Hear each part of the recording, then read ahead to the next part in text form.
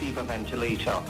And frequently these are made in the critical care environment, and it would be based on persons who may have a longer life expectancy, those who had very little medical problems before admission into hospital. They may be prioritized to have a ventilator. It's an ethical minefield, as I said in another place, that it's not something where doctors would make a decision like this lightly, but it should remain a very clinical decision rather than one of the policies from a government. And not a formalized triage, correct? So it should not be something that would be formalized by the ministry. It's a clinical judgment based on, once more, a consultation with specialists in that field, not just at the critical care, but the pulmonologists, but the different medical doctors involved in the care of the patient to determine what would be the next best step. And so it should not be politicized in any way, and it should not be formalized that these are some guidelines that must be followed. It's part of the art of medicine, and unfortunately, there may very often be no right and wrong answers. Thank you for that. And also, coming from the press conference, because you know all these things are so important for us to understand. Dr. Michelle Trotman, she also spoke about the fact that and correlated your BMI with obesity and persons who have comorbidities. What she was essentially saying is that some of us don't realize that we have comorbidities because many times we ourselves are not even aware of our BMI. Can you give the population a little bit insight into that in terms of watching your weight, especially with dealing with COVID-19? That's an excellent question. As we have found, and I know it's a term that most of the population would have heard perhaps ad nauseum, comorbidities. And these issues like diabetes, high blood pressure, heart issues, they lower one's immunity and increase your susceptibility to ravages of COVID-19. So you're more likely to get severe infection, to be hospitalized and ventilated. And unfortunately, most of the persons who have died around the world have had chronic medical illnesses. Having said that, we don't want to give people who may be ostensibly well the wrong idea, because just as you said that you may believe that you are fit, you may think that you have no medical illnesses, but you haven't checked. You haven't had a recent review by a doctor. You might be gaining weight as part of the sedentary lifestyle enforced by the restrictions since the start of COVID-19. Maybe your diet is poor. You've gained weight. You have a reduced immunity. Your sugar is rising. Your Not blood only pressure that too, Doc, what about mental health? Mental health decreases our physical. But that has all unfortunately been perhaps separate epidemics along with the COVID-19. You're so right, but depression and anxiety tend to go hand in hand. But these are all potent risk factors. When we talk about obesity, it drives up all those other issues like your blood sugar, your pressure, your heart risk, and increased risk for severe COVID-19. And then that is exacerbated, as you said, by the mental health aspects, unfortunately wrought upon us by the pandemic. Yeah. So do you have any, okay, so I want to ask two final questions. One, do you have any advice for the general public in terms of going about this? We have been in this for quite some time, 19 months I believe it is, you know, and things don't seem to be going our way. Sometimes it feels very disheartening because when we think we're coming out of it, all these variants are popping up.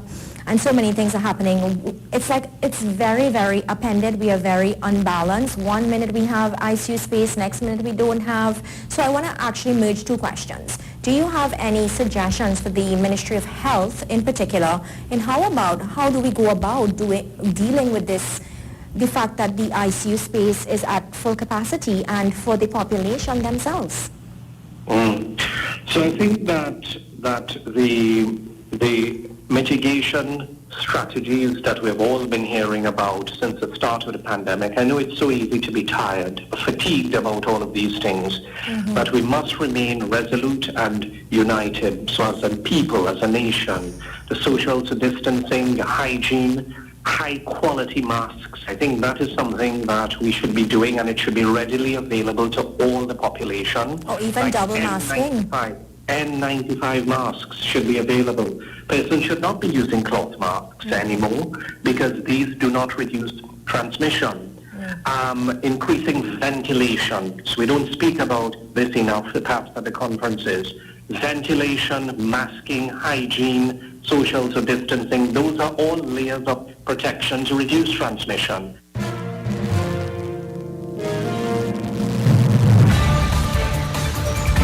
And that's news on U97.5 FM, MCTV, WBHM, the voice of rock, and Fun Radio. Sponsored by Newsday.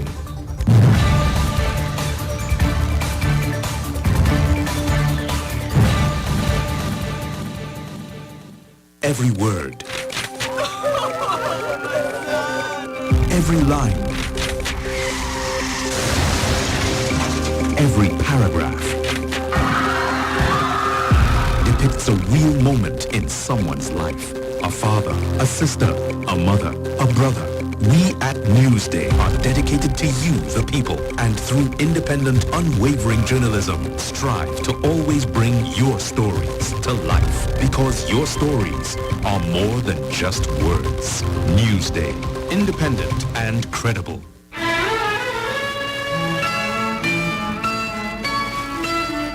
It's Diwali Ka Taal. Join us on U97.5 FM and MCTV as we celebrate the rhythms of Diwali. Tune in to U97.5 FM for the Diwali Bhajan.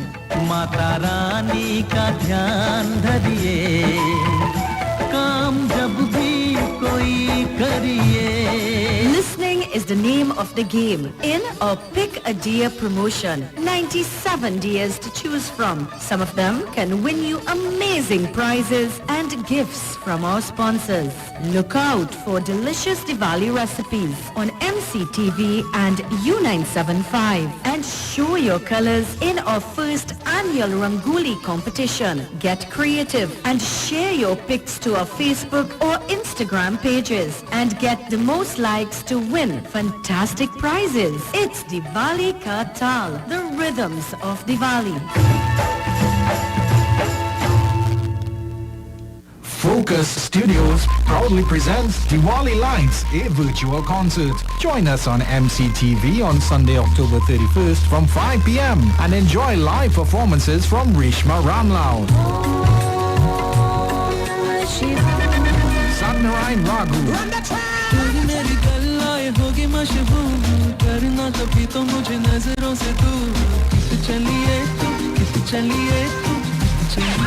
Anuradha Hansraj,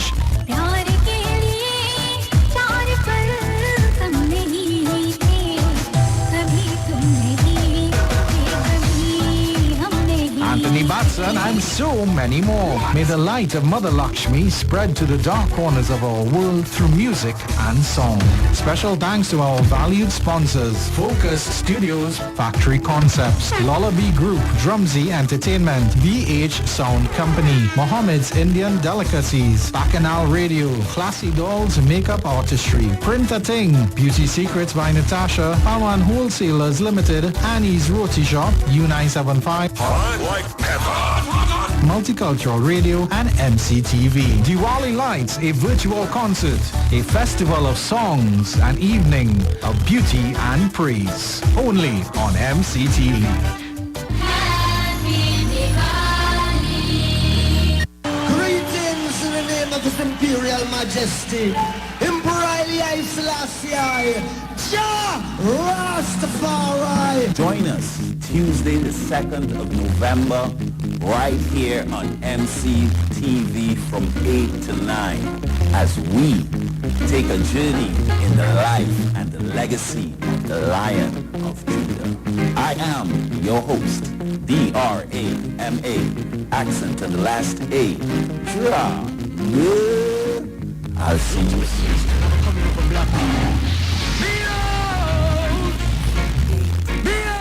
As we take a journey in the life and the legacy of the Lion of Judah. I am your host, D-R-A-M-A, accent on the last A, Dra. I'll see you soon.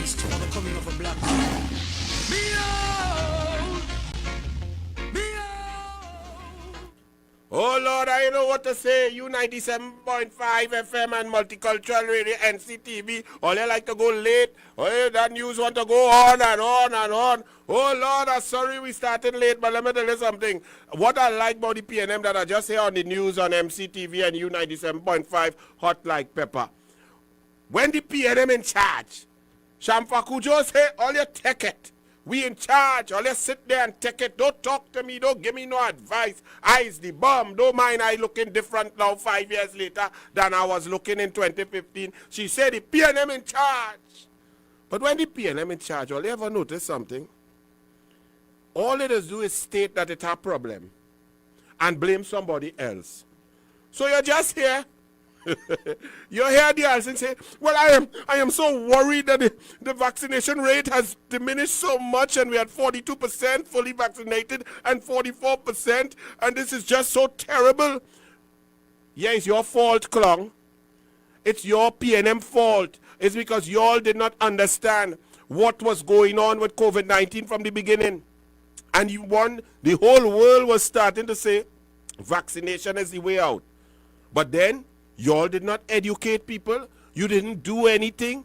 You started to lie sitting down there with Dr. Hines and Dr. Abdul Richards. And as soon as Abdul Richards reached, Rowley started to talk to she more than Hines. You know Rowley, the pom-pom governance. And then you see they tell you all kind of nonsense. Take a jersey and tear it up. Make masks, don't make masks, don't take tests. Private tests is no good. Then do this, do that. Porous borders, nobody testing, nobody coming. Chinese tests come without swab, borders locked, but yet people coming in, illegal immigrants, and nobody trusts the government. Nobody trusts the PNM. And when there is no trust, there is a vacuum of information. There was no communication strategy back in December, November 2020 coming forward about vaccinations, about the way they work, what are the ill effects, what are the benefits, what is going on. There was no vaccination procurement because Rowley and Imbert and them was busy signing loan agreement with the Chinese government to come and give us something called Xiao. That's where the fair began. When people start to hear things coming from China, all the ladies and them when they buying the handbag and the purse and the thing, all them Gucci and Prada and Michael Kors, they just make sure it come from China because they know they waste their money. They just want the real thing. Rowley and them come and tell we they're not getting vaccination from India because we're not beggars. We're not getting Pfizer because they didn't produce the money. We're not getting Moderna. No Johnson & Johnson. Take the Sinopharm, they say, take it because we say to take it, and though there's no difference in no label, and so therefore all of that nonsense put out into people's brains, they realized that the government was trying to hoodwink them, buff them, and fool them into taking whatever they wanted. Trinbagonians are not so. You have to talk to people, educate people, give them information, and they would have made a better decision.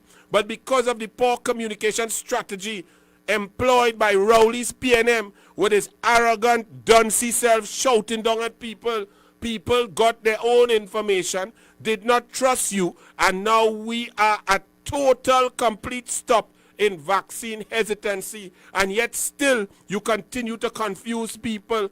You have a man calling this radio station, U97.5 FM yesterday, and he just went inside. Nobody ain't asked him for a card, a vaccination card. Nobody check his ID. And Babylon come and he get a $5,000 ticket just like that. You have people telling us that schools are not safe zones, but restaurants have to be safe zone. And Dr. Hines is trying to suggest the science of recreation as opposed to legal. What COVID know about recreation and what COVID know about law? What COVID know about school being all of a sudden going to face-to-face school after all you keep with children out of school for 17 months. Now you all know that going to school is the law. Really? So what was online school all the time? But yet you have a doctor coming to tell us Well, in the safe zones, that is recreational activity. So the safe zones, you have only vaccinated people, so there's lower risk there, and we could get the economy going in a safer way. But in the school system, you can have unvaccinated children with vaccinated children, unvaccinated teachers with vaccinated teachers, unvaccinated staff and security with vaccinated staff. What abject total nonsense. COVID know where's a school and where's a restaurant. COVID know the difference between a movie tongue and SAGs, St. Augustine Girls, or Lakshmi Girls, or St. Joseph Convent, or Fatima, or Presentation, or Naparima, or Hillview, or Shaguanas, or Penal Secondary. This is why. But what the PNM does, they are complete failures, total abject failures, and they just come and tell you, they state the problem. So them I have to bring no solution. Them is just to tell you what's the problem.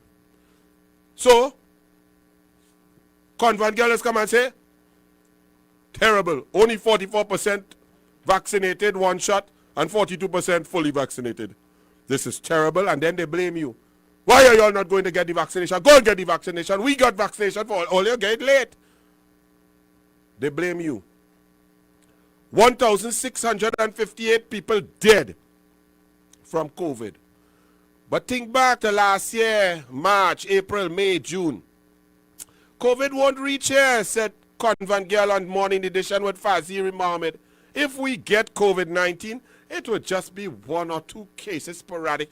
This Convent Girl total dunce. Let me tell you all something. Y'all, I don't know what has gone in this country. But being a minister of health, really and truly, think back before the PNM lowered the bar down underground, right? Think back, take your minds back. If all you're kind of young, talk to your mother and them right now in the car. Take your minds back to, let me don't go too far now. Let me go 1993, 94, 95, 96, 97, around there coming up. Think about what used to happen. People who became ministers was somewhat qualified in the field, especially the Minister of Health. The only time the downgrade, the step down started was under the PNM. Under the PNM, right? When they put John Rahal as the Minister of Health. That in 2003 or 4 around there, that was the beginning of the end. Because the PNM said at that point, we don't care how qualified you are, whether you know anything or you don't know anything. Whether you could manage, you could have experience or not, you get the highest position with the most power in the health sector, but you is a dunce from down in the tongue because you're Rowley friend, Rahal.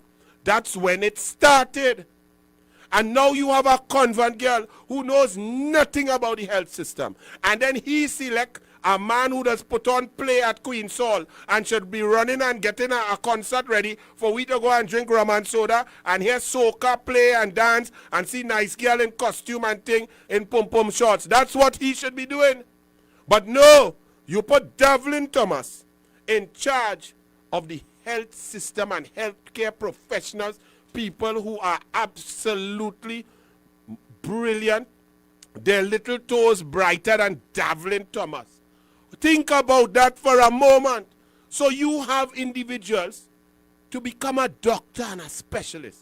Them had to be bright from since Montessori school. Think carefully. Primary school they went in, them is teacher pet. Them only getting A's, oh, 100%, 100%, 100%. Then they go in, they take the common entrance or the SCA, bam, into first choice. They go there, pressure, they studying, they behaving, they doing their work. They might do a little extracurricular, and they're going through. The teachers working with them, looking for scholarship, looking to be the best, looking to be the brightest. Bam, O levels, 10 ones, 3 A's and a B, wherever. And they're going on. Then they go into A levels, Cape, C-Sec, whatever all they want to call it now. And they mash up. They get into university, they get scholarship, they're gone. That's what these doctors are. They then go into medical school and they pass 4 years, 3 years, 4 years. Then they go to be an intern, depending if they go into specialism or intern for surgery and so on. 5 years, residency, fellowship. PhD, move on, specialism, specialist 3 years, or all of that. And then you come and put a dunce man because he put on a red jersey and went in P&M Balize house and line with another big dunce like convent girl and put them in charge of these brilliant human beings, and you expect good results. All you had to be mad. So therefore, in the rest of the world, in the private sector, they should not headhunt for the best. When my brother graduated from Oxford and then went into Harvard, they had law firms lining up, sending limousine for because they want to pitch who could get more for him to join their law firm. Lining up, he had about 30 different offers because people like the best and the brightest. But in Trinidad and Tobago, in something critical like healthcare, in a pandemic, we have a complete total dunce who think he is a comedian and an entertainer, but he's wear a size 11 and he just put his foot in his mouth. Why he don't take his whole foot and swallow it? 1,658 people dead. There's one bed right now in the ICU. And even Dr. Abdul Richards telling me about there's one bed available in the ICU, but there are 7 patients at emergency waiting for ICU. I don't understand the maths. If you have 1 bed left for ICU COVID, but you have 7 people waiting in emergency, which is not considered the parallel. Them trying to talk about parallel healthcare, like them don't even understand what's the difference between parallel and normal. Because we just have a hybrid. We have normal into parallel and them trying to sound big, right? But let me ask you this, Cocky. The woman just say on the news, MCTV and U97.5, Abdul Richards. She said there 1 bed left in the ICU, right? Mm-hmm. But they have, in the normal health system, people who went to emergency because they were so sick and feeling so bad. And there are 7 such people who require ICU bed. So aren't we over capacity? Aren't we 6 beds over? Because one of those 7 is supposed to get into that bed. And then you need 6 more beds.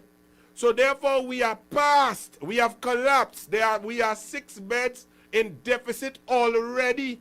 Yes. In the ICU. Isn't that simple mathematics? That's what that woman say.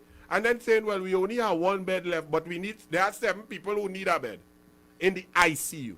Like people stand a better chance not going in there? Well, boy, me I even know. But all I know is that in Trinidad and Tobago, since May, yes, when you reach ICU, it's best you lie down in a box. Oh my because as soon as you reach there, you're just dead. Other places, other countries, you're seeing people fighting through and coming through. Right? When the doctors from Cuba Hospital and the specialists were saying, listen, y'all are doing wrong things. This system is not working. Davlin Thomas, you do not know what you're doing. Let us handle it and so on. The P&M shift these people around, transfer them out, and then lie on the man, on the chief of staff there at Cuba Hospital and say he said to move them out. He come out and say, I never said any such thing. Will I be a madman? I would be criminally negligent to send the best of the best away when we're in the midst of a war on a pandemic. Understand the madness that is going on. But the PNM will just come and say, oh, no vaccination. You people are not getting vaccinated. Horrible people. Oh, COVID-19 killing me. Well, you're not paying attention. You're all partying and you're all zesting. Oh, the road's bad and people pothole all over. Well, the truck's heavy. I want to ask the population something. The trucks didn't exercise during COVID. They get heavier. Or we have had heavy trucks in Trinidad for some decades now. Huh? Rohan Sinanan, this clown, say, oh, these heavy trucks, they're damaging the roads. So I want to know if the trucks put on weight. They didn't exercise during COVID. They was on lockdown. So the trucks get fat. So when Jack Warner and Surajratan Rambachan and Minister George was in charge of road and people was driving on smooth roads, of course, not all were perfect, of course not.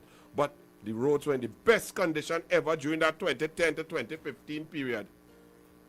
They didn't have big truck. They didn't have a heavy truck that time. Truck just land on we like Plymouth Rock. People are getting food to eat, so the trucks must start to eat. Oh, well, that's why I feel Rohan say, because Rohan say the truck get heavy. So road bad, bridge collapsing, infrastructure dilapidated. Rohan come and say, it's your fault, all you're driving too heavy. You understand what I tell you? When it have flooding as it drizzle, flood. Rohan say, it's all your people who building on areas without town and country planning. Never mind that his prime minister, as Minister of Housing between December 2003 and August 2007, build the most projects without approval, without town and country approval, without change of use in floodplain, is Rowley Bill Greenville, and he buy the Greenville land from Rahal, even though the Ministry of Planning and Development did not give permission. And when he was asked, but look at all these housing projects, Edinburgh 500 project, them two ugly thing that scarring the sky in the central plains, down in south, all across the place. Under Rowley's tenure, Las Alturas, engineers tell them don't build there. That is waste landfill. The place go crack, it will sink.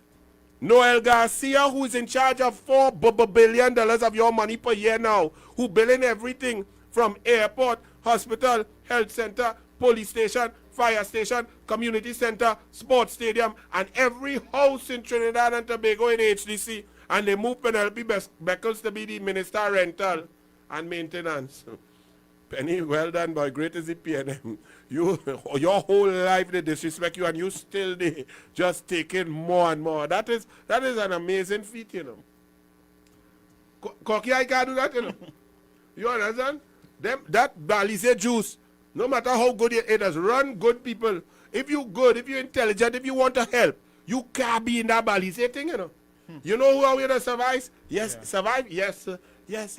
Yes, Minister. Yes, Prime Minister. I want to big up my Prime Minister. Oh, my Prime Minister, that's how you survive. What? Do what Rowley say and don't argue with him.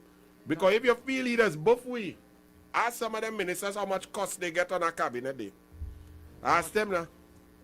Paula, go to school now you're going. You all right? Yeah, go ask you. When they say, as they say, it have flooding, it's your fault. Not that they didn't clean the drains, not that they didn't dredge, not that they didn't do anything. When you see Tim Gopi Singh build 106 schools, Fazal Karim increase gate to 800 million, put in all sorts of programs into the gate, not only academics, put in other skills, tech VOC programs and so on. The PNM come and cut all of that. And then they come to say, they come to tell me, well, the children this year, we had a fallout in passes or full passes. Less than 50% of the children got full passes. Now, first and foremost, 11.6% of the children did not show up for the exam, right? So, those who didn't show up was basically those who were expected to fail, okay? Nobody who expected to get ones and twos, distinction and so on, would have not shown up, right? So you would know that those who didn't show up were the ones who were most likely to fail. So them didn't even bother to try. Right. Well, shouldn't that improve your statistics? If you have a banana and the bottom part of the banana overripe because the air hit it, it was open, the skin was open, and the bottom part overripe and brown, and you cut off that piece, and the other part will be nice banana with potassium and so on. Yes. So doesn't it follow that if those children who were not performing well, that they didn't even show up for the exam, so that 11.6%, that would have been at the bottom anyway if they took the exam. If you eliminate that, if you eliminate the slowest runners in a relay, so 20 are we running, and all are we at to score points, but then they come and say, boy, although we change the rules, you could take out your slowest 5 So like if you had Marlene McDonald on your team or something, you take she out, right? Because you know she can't even walk from here to that chair, right? So you take she out and you take out some others who not able, right? And your overall time and scoring of points go be higher because you have faster people. You take out all the slow ones. Yes. So if you take out those who would have done the worst from the start, so 11.6%, them ain't even bother to go. Right. So we really it's not 100% of the students taking the exam. Yes. It's 88.4%, right, of which the worst performers outside. Shouldn't your statistics improve because you have the higher number of better performers? So therefore you should excel. Well, them do worse on top of those who didn't go. Those who didn't attend exams, those who took, it went down below 50%. And here what the PNM come and say, well, we're very worried about this situation. The children did not do as good. You know, they did worse than last year. Now what they fail to tell you is that last year was worse than the year before. And the year before was worse than the year before. And at 2015, at the height of our best performance in the Caribbean academically in over 15 years, when the PNM came in, education take a dive. And what does the PNM do? Do they try to solve the situation, deal with tutor, get more teachers involved, get better practices, get more equipment, get laptops, get online, get more activities, get more transportation for these children, so get safer schools, create labs that are better? Do they do any of that? No, they cut funding from everything, including food. And then tell the children, well, hard luck. Well, the children not doing good. So they have no responsibility whatsoever to solve a problem. It is an amazing thing, you know. You call some area that is interest that you like. What kind of things you may want some improvement in the country? Say anything. Whatever in your heart, cocky. Well, you know the road is on top of the list. The Okay. Very Well, bad. the road, they don't blame you. Yes. They say, well, it's the trucks. They say it's all you. When all your protests, all your burn tire, all your mash up the road. There's no geographical discrimination. The UNC, they must bring in Kamala somehow, right? Yes. So it's never Rohan's fault. But Rohan, they have a thing called Palm Zanilla, boy. Palm Zanilla, how Palm Zanilla going down in Manzanilla? And they spend $400 million on a highway to Manzanilla, right? Yeah. All the money spent out. You know they ain't paved a meter road yet? But why? Why, ask Rohan? Why? You ever know the PNM to complete anything? The PNM spent $400 million on Project Pride to move to change the course of our river. $400 million spent and nothing else built. The PNM, you forget when the PNM went down to try and build smelter plant in Chatham to kill people for generations and give them testicular cancer, lung cancer, throat cancer, all kind of cancer. Them went and built a power station first, and Ken Julian and the PNM signed a take-or-pay agreement with the company that whether or not you use the current, you have to pay for it. So before we get 1 watt of electricity, Yes. we had paid $400 million TT and we ain't get one. That's PNM. When you forget when PNM was bringing rapid rail, they went and do a survey, which is a study of papers to see where the people pass, where the maxi passing, where the, where it would go, where they go put a station and a stop, how the flow of people would be and so on. How much do you think that would cost to do a study like that to go and build a rapid rail, a train? How much you feel? You know? Well, I'm not too versed in the figures. Yeah, but take a ball. I know you're versed, but let's take a reasonable person. It's a highly technical, scientific survey. I know it's always millions and... So about 10 million, I say? Millions line, Yeah, 10 million might have been good. The PNM spent $482 million. Half a billion. All you feel is PNM easy. And when I tell you that They have this old PNM, this old clown called Ferdy Ferreira. He in the PNM since Dr. Williams. He in the PNM through corruption with Lockjoint, BWIA, Tesoro, Texaco, Carani Racetrack, Mount Hope Complex, Financial Complex, the amount O'Halloran and them, Privat and them, thief out, win, and carry it all in Canada. This Ferdy Ferreira in PNM since then. He does get vexed and come out and cuss PNM and jump back in the PNM, right? On top of that, Ferdy Ferreira was on a PNM board recently, about 2015, 2016 so. Yes. Ferdy Ferreira on the port board, and the port board sent away the Canadian firm that was managing and maintaining the ferries between the sea bridge between Trinidad and Tobago.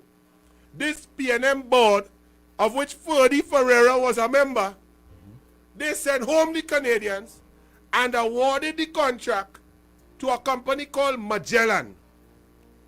Now Ferdy Ferreira sitting on the board awarding the contract to Magellan. You know who is the main man, the CEO, the managing director, the creator, the owner of Magellan?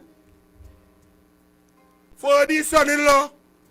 And Ferdy Ferreira, this man who gone through PNM, when PNM lock up Oka C. Paul, who gone through PNM, well, who say, wake me up when it's over in 1990, who gone through PNM, that banned Kwame Ture from ever coming back to his country. Stokely Carmichael, the great Black Panther, black fighter for equality all over the globe, especially in the United States. He was born right here in Trinidad and Tobago, you know, Stokely Carmichael. Ferdy Ferreira and them banned Stokely Carmichael with Dr. Williams. Is the Indian Prime Minister Bastio Pandey in 1997 or so, who removed the ban and allowed Kwame Ture to come back home, you know. A Indian, but they want to talk race talk. So this Ferdy Ferreira, here this disgusting human being, right, who went through all of that, and here now, I ain't talk about Taruba, I ain't talk about recent PNM thieving, you know. They talk about Chatham and the smelter, all of that is Ferdy Ferreira. Here Ferreira slams bad behavior of UNC politicians. He says, oh God, wait, it's me first. He says Senator Anil Roberts' vicious, vulgar, and inappropriate attack on the President of the Senate. What? Let me tell you something. Since I gone in that Senate, if all you go and count up, all you go on Facebook and see how many times Anil has get interrupted from day one and check anybody else. I bet if you add up everybody else all together, PNM, UNC, and independent, I blow them out by about 50 interruptions, right? But that's for you all to see. I don't care. But for this one say that Senator Anil Roberts did a vicious, vulgar, inappropriate attack on the President of the Senate, for which he was forced to apologize by a PNM Privileges Committee appointed by the PNM and adjudicated by the PNM and with the PNM and with independent PNM. Look, Ferdy Ferreira, give me a flipping chance, eh, boy? And furthermore, it was a fairy tale. Now, if you know it was about the president, Ferdy Ferreira, please let me know about my fairy tale on Douglar politics, on Planet Senator. What exactly you realize was related to or applied factually to the Senate President, Christine Kangaloo? You tell me, Ferdy Ferreira, looking for your next article, tell me exactly what I said in my fairy tale that you know applies to the President of the Senate, Christine Kangaloo. I would love to know, Ferdy, because you might know more than me. So he continues. Senator David Nakid's attack on the president takes the award for the most disrespectful and disgraceful behavior of any member of our nation's parliament. Oh, you weren't there, Ferdy Ferreira, when Keith Rowley called a motion of no confidence in a sitting prime minister and knew that he had pieces of toilet paper with total fabrication and lies, and called the whole nation to pay attention as he went into the parliament having held these pieces of toilet paper with some of your feces on it to go into the parliament and stand up for an hour and 15 minutes and lie on a sitting prime minister, lie on a security advisor who was then appointed by the same Rowley to be commissioner of police, and lie on senior cabinet ministers. You didn't see that, Ferdy. You had Kiatarak. For the PNM Ferreira, that is the most, the UNC is the most disgraceful behavior. You are a PNM sycophant. Normally I don't deal with old people, you know, but like you getting older and more dotisher. Children, do not write that. Uncle Anil is just playing around. I just created that there. Right. He continued. He said, any member of our nation's parliament in the history of my 60 plus years as a parliamentary observer. So you didn't hear when Dr. Eric Williams referred to East Indian people as a recalcitrant minority? You were not in the parliament when Ken Valley ripped up me shirt and thing in the Okasi Paul affair? Ferdy Ferreira, stop being a total Balize sycophant. You're an old fella. Go and relax yourself, cool yourself, and study. When the Babylon come to knock by you to ask you how your Sarabai, how your son-in-law get that contract that crashed the entire sea bridge and caused the taxpayers $1.5 billion as the Express and the Spirit started to shut down.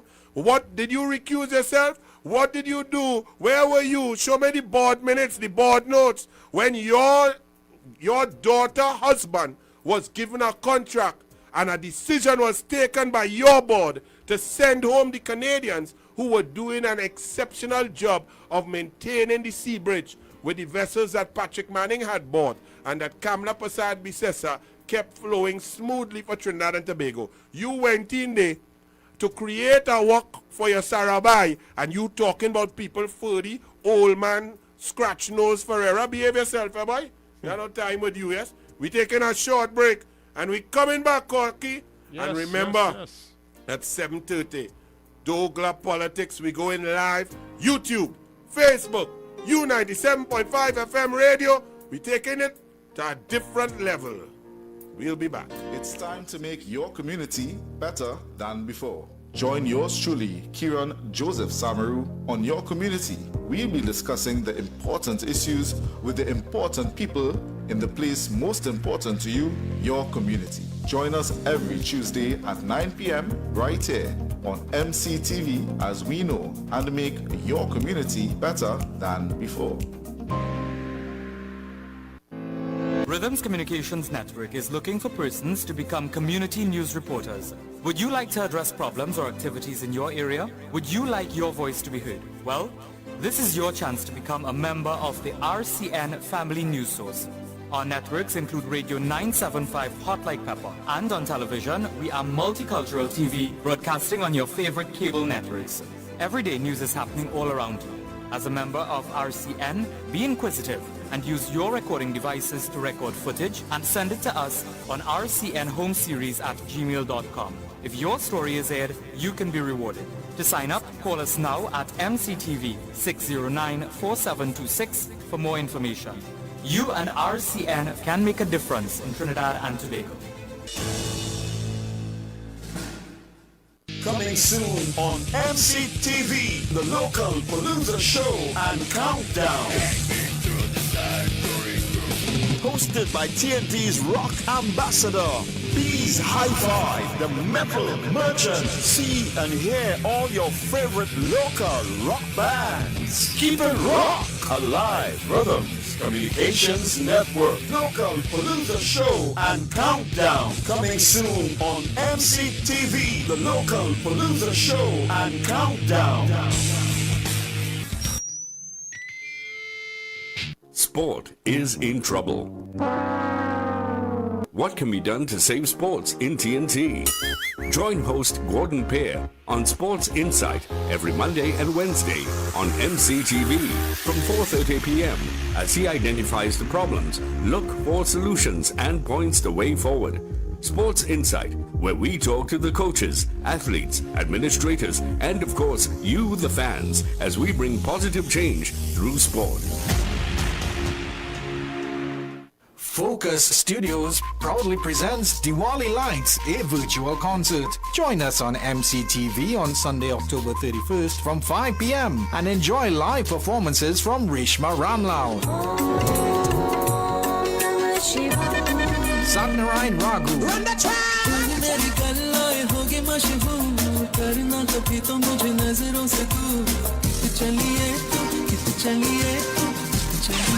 Anurara Hansraj,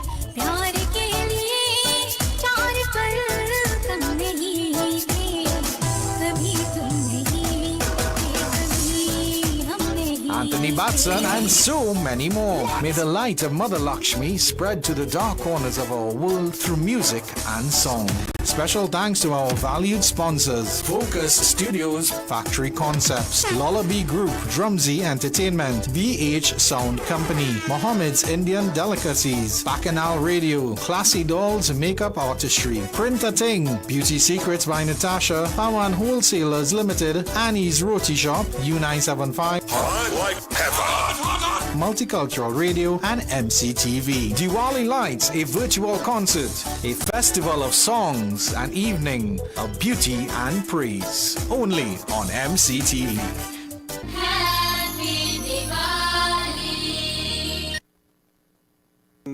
And welcome back to U97.5 FM, Hot Like Pepper, Douglar Radio. So just to let you know, for the PNM, Balize juice soaking in your brain for 60 years, so I forgive your senility.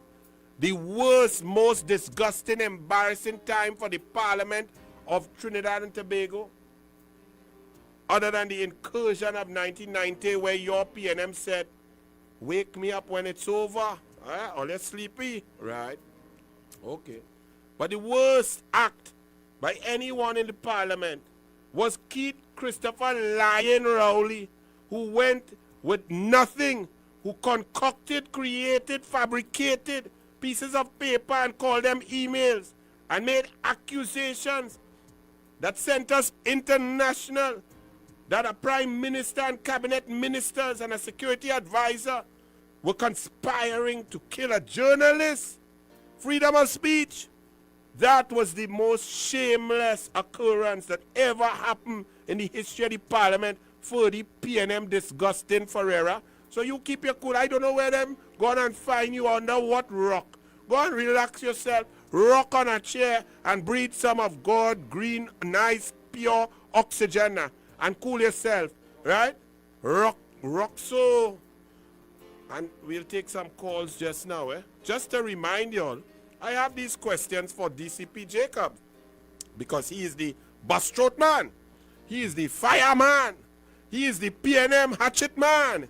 He is the bus Gary Throat, Gary Griffith, anything to do with Gary Griffith, get rid of them. He is the fastest man to do an audit of performance ever in the history of HR. This DCP Jacobs, boy.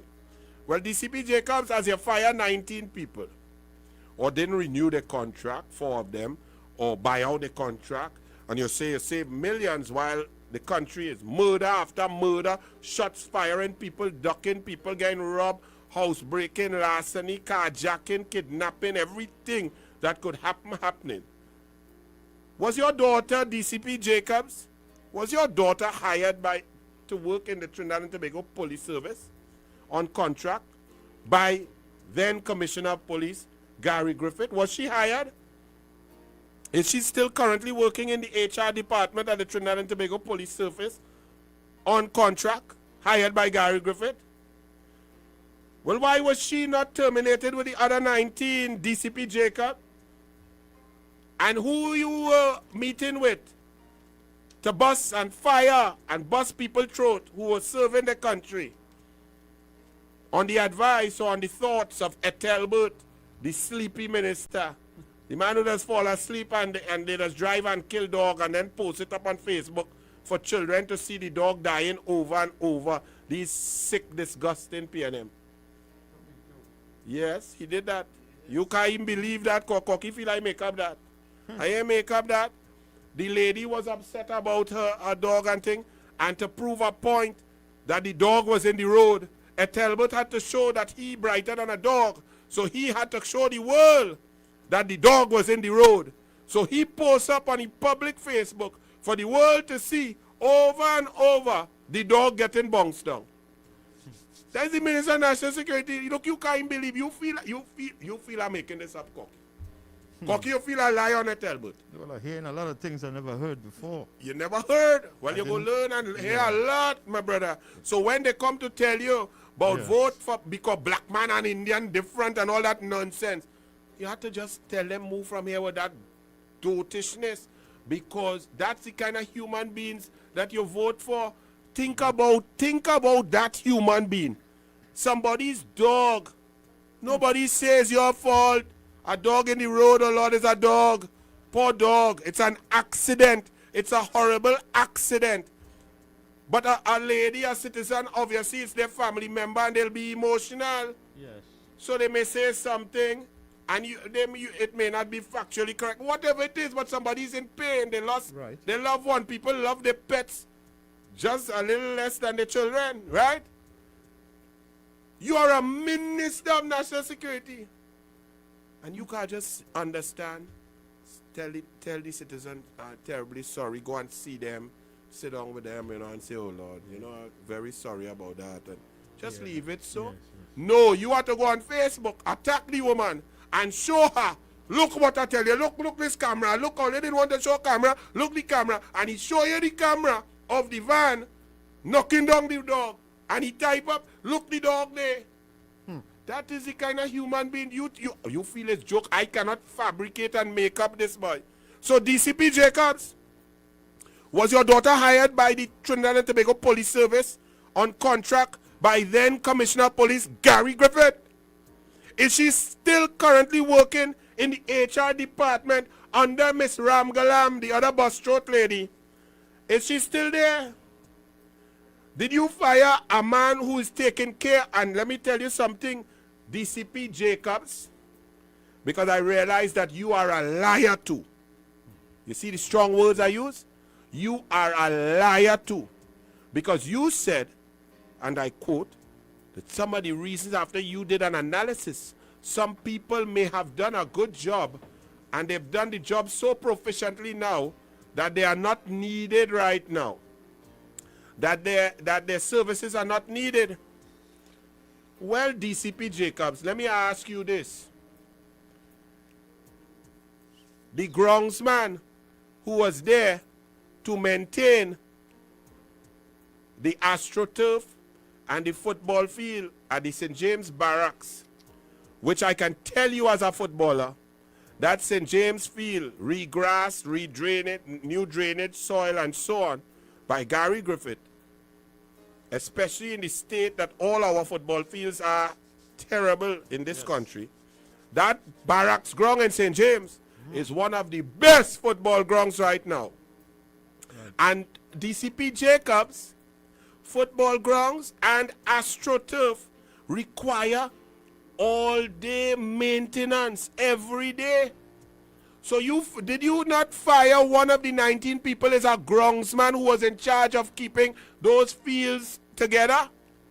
So how can you tell me that a groundsman is not needed to maintain an AstroTurf that requires wetting in the hot sun, that requires constant maintenance, cleaning of the drains to ensure that water does not pool up on the AstroTurf, to maintain and run the machine over it so the AstroTurf stays fresh and does not cut players when they fall down? The grass on the football field that needs to be cut, maintained, lines drawn, the whole fencing, the drainage of the football field to ensure that it is not damaged, the timari does not take over, the nut grass and so on. Maintenance of facilities is an ongoing thing. But you say, Mr. DCP Lion Jacob, that you fire people because you did an audit and they were redundant. How the groundsman redundant? So you don't need no groundsman again. You don't need no maintenance again. So I don't know nothing about sport. You is the sport man. You is the genius. You see why I call you a liar? You lie. And let you fire a man who making $5,000 a month. But you leave your daughter and Miss Ramgalam daughter who cumulatively making $30,000 a month and tell me you're saving money? Explain that, DCP Jacobs.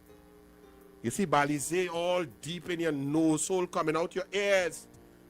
You see what you made yourself? You made yourself at the laughing stock of the country, DCP Jacob. How is anybody going to take you seriously now? So you feel if a Talbot and them put you up with whatever police service commission that the PNM trying to put now, with the same president that refused to answer question and seem like she want to sit down in Balize house rather than president's house. You think if somebody make you commissioner of police, anybody will respect you, DCP Jacobs, when you are showing that you are a puppet who says things that makes no sense? So I ask you, is your daughter still working in the HR department after she was hired by Gary Griffith? How come she not redundant? How come she salary is not savings of millions? But the groundsman making a little 5,000, he is millions saved. And the grounds don't need no maintenance again. The AstroTurf don't need no maintenance. What about Miss Ramgalam's daughter? Bright girl. She's a lawyer. Wasn't she hired by then Commissioner Gary Griffith also? Does she still have a job? How come she wasn't in the 19, which should have been 21 to go? How come these two managed to save their work when their mother and their father was deciding who to bust throat? You don't think that's a conflict of interest, DCP Jacob and Miss Ramgalam? Yoo-hoo! Ramgalam, can't hear you, can't see you, asking you all a question. 218-7762. We're going to take some calls. All your call, 218-7762. Let me hear all you. And let me say good evening on the Facebook, yes. On the Douglar Politics, Trevi Lopez. Watching from South Trinidad, Sita Maraj. Good evening, Radha Rampasad. Good evening. Hello. Hello, good afternoon. Good afternoon, Anil. This is Tomato Chokan Sadaroti. Good evening, my brother. What's happening? Okay, two things I want to talk about. One is the police service. Mm-hmm. You know, there was a recent kidnapping. Yes, I'm a businessman. Right in Felicity Corners. You're not hearing nothing about it. Is this as a result of the police using their discretion and not investigating and telling us? Or is it because they decimated all the human resources that is required intelligence work to trace these people? Has the police service collapsed? That is what I'm thinking. You're not hearing nothing about it. You're hearing crime going up. You're not hearing anybody arrest 5, 10, 15, 20 within the last month or so. But this tells me that the police service is completely collapsed. And particularly listening to the whistleblower who really sending the dog whistle to them and saying, hey, all you don't need a police commissioner to really direct all you, to discipline all you for not working and things like that. So the Pimpanian man, right? That word had to become in Trinidad. Pimpanian for everybody. Thank you, my brother. God bless. And to Mr. Kenrick Posad, Kenrick Ball Anil, but you have a shirt like Rowley. Kenrick, catch yourself. This is an ordinary plaid shirt that goes well with your Dockers pants and so on. This is not no Hawaiian stupid Anglo-Saxon shirt that tells you that Caribbean people is just a set of monkeys swinging on coconut tree and sipping rum out of a coconut. No, I strike Mr. Kenrick Posad. Hello, good evening. Good evening, Anil. Good evening, neighbors, and to everybody out here. Good evening. Anil, I feel Ferdy wants somebody to recuse themselves for him to get a contract. Ferdy with the fast and all that. You know the disgrace that went on in the President's house, but you're talking about the disgraceful behavior that went on in Parliament? I tell you, it's only because they want a contract or something, that is why they're getting on so. You understand? And I want, seeing as Ethelbert could put up the video with the dog, I want him to put up the video with the runaway golf cart that ran over the lady's foot. Put up that to Ethelbert. Let us see what it is all they do to the citizens of this country. You understand? And next one, right? You remembered, Andrew, well, I know you will remember, right? when Fazil Karim used to get on every radio program and beg all these young boys and them, get off the streets, get into a program. We have the welding school, we have the drilling school, aviation, whatever. Find something, get into it. Nobody listened because they didn't want to hear the partnership government. Look at today, everybody begging for something to do. What about all those people who had a skill and they opened up some program for them to come and get certified so they will get better paying jobs? They didn't appreciate all of that the partnership government was doing for them because they believe in the lies of Keith Rowley with the email and the 2 banana and whatever he was coming out with. That is why today, Anil, you see how they were sworn in backwards in 2015? That backward they still continue today, and they will never be able to move forward because of the lies, all the lies that they're telling out there. Anil, thanks a lot and have a good evening. Thank you, and good evening to Farida, Mohammed, Tammy, Tim, Chabu, also Michael McIntyre, Asmal Hussein, Gita Ramkilawan, Medelis Thompson Vasquez from New York, Gemma Roberts is watching. Kenrick is not no shirt like like Rowley. No. Stephen Ramsaroop, Christine Sahadio. Which Christine Sahadio is that? Denise Stevens, Bix. Yeah. Ramesh Sukdeo Hardeo. Call some people there. We on also the have United Brooklyn in the house. Mr. Harry Prasad. Harry Prasad, Daniel. good evening. 218-7762. And Sukdeo Hardeo say $500 million, yes, for a little feasibility study for rapid rail. That is PNM for you. Neil Bullock talking about the racing complex. Sita Maraj, good evening. If Kamala was saying you would see people protesting and marching, and all of us are going out November 30th. Every single person, everybody who's against Keith Rowley and his lying PNM government. Pastor Kelvin Khan is here. He's praying for us. He's praying. Yes, tell him we love the prayers. Thank you. And any pundit listening, and any imam, anybody, we need prayers. Not only here for this station and for the show, but for the entire country. And in this Diwali season, we must pray extra.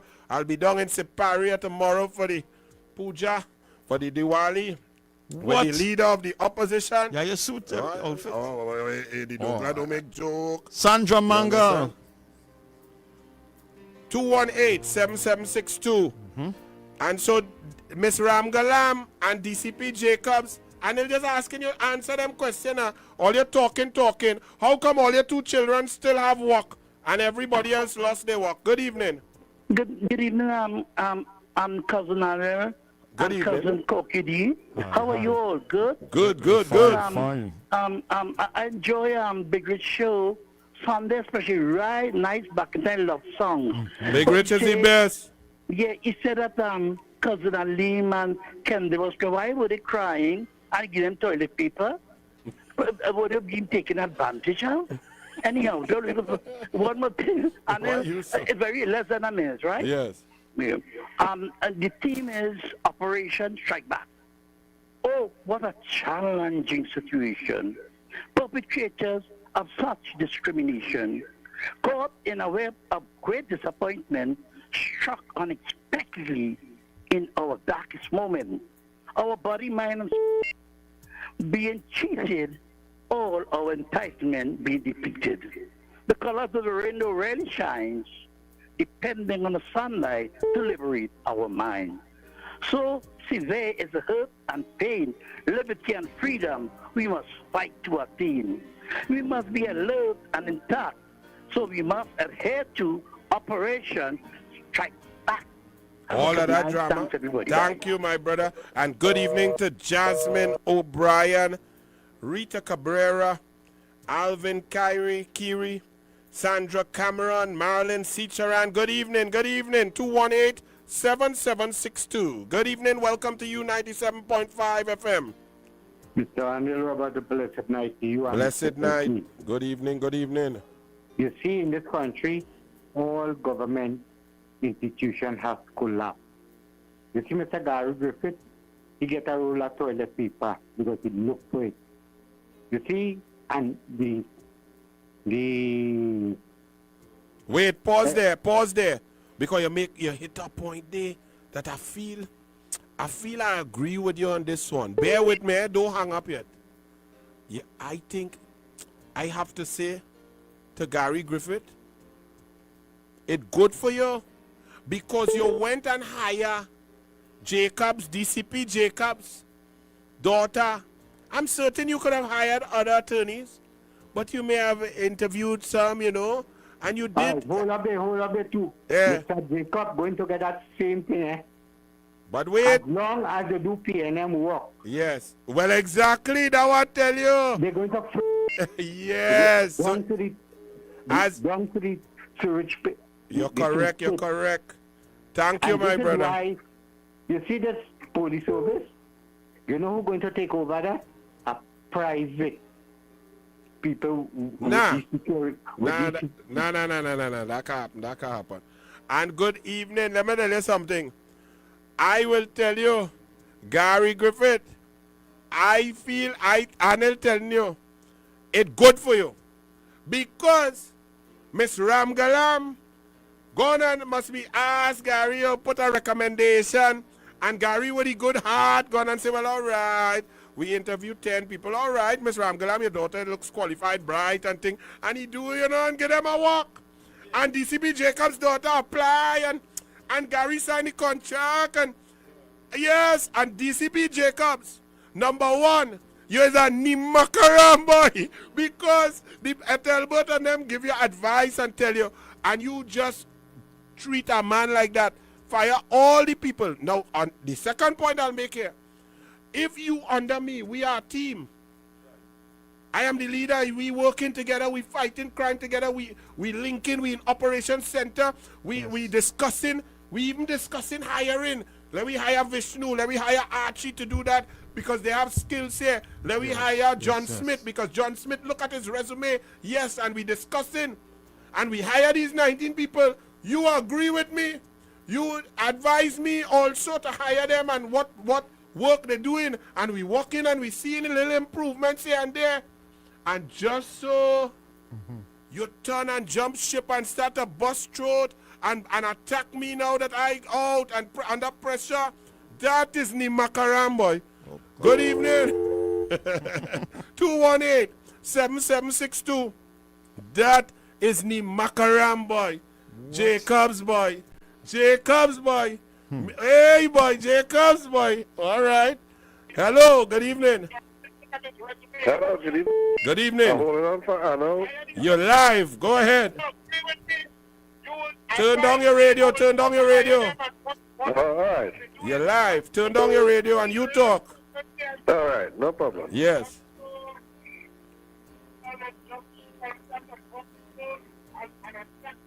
Talk. You are live, you know, brother. Hello. Hello? Yes, you listen to me through the phone and go ahead. You are live on the air on U97.5. Okay. Go ahead. I was listening to the news at 7. Yes. And I see an incident where the Prime Minister was playing golf and he knocked down a woman. Which news you saw that? Which news you saw that on? TV6. And it was true? Did they interview him? Yes. He said there was an incident, but the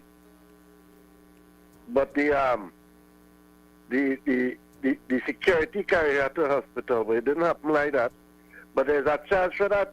If you're driving any vehicle and you knock down somebody in any accident, you have failed to render aid. So who going to charge you now, Jacob? I just asking. I don't know the facts. I have to get the facts. No, that's the fact that but he's saying the vehicle wasn't starting and the woman passed between two vehicles. The woman said it didn't happen so. It was a headline on TV6 News. I know, but not everything you see on TV6 News or any news you take as fact, right? No, well, they call it Prime Minister, you know, and he said yes, it's fact. Yeah, but okay, let me put it this way. We still have to find out how many cars were in his entourage. Normally there are about 4. Which car was it? Did a car... Cart, you know, a golf cart. Oh, it's a golf cart? He was driving, yeah. Well, how he bung somebody a golf cart car go fast? Well, he's a real dunce then.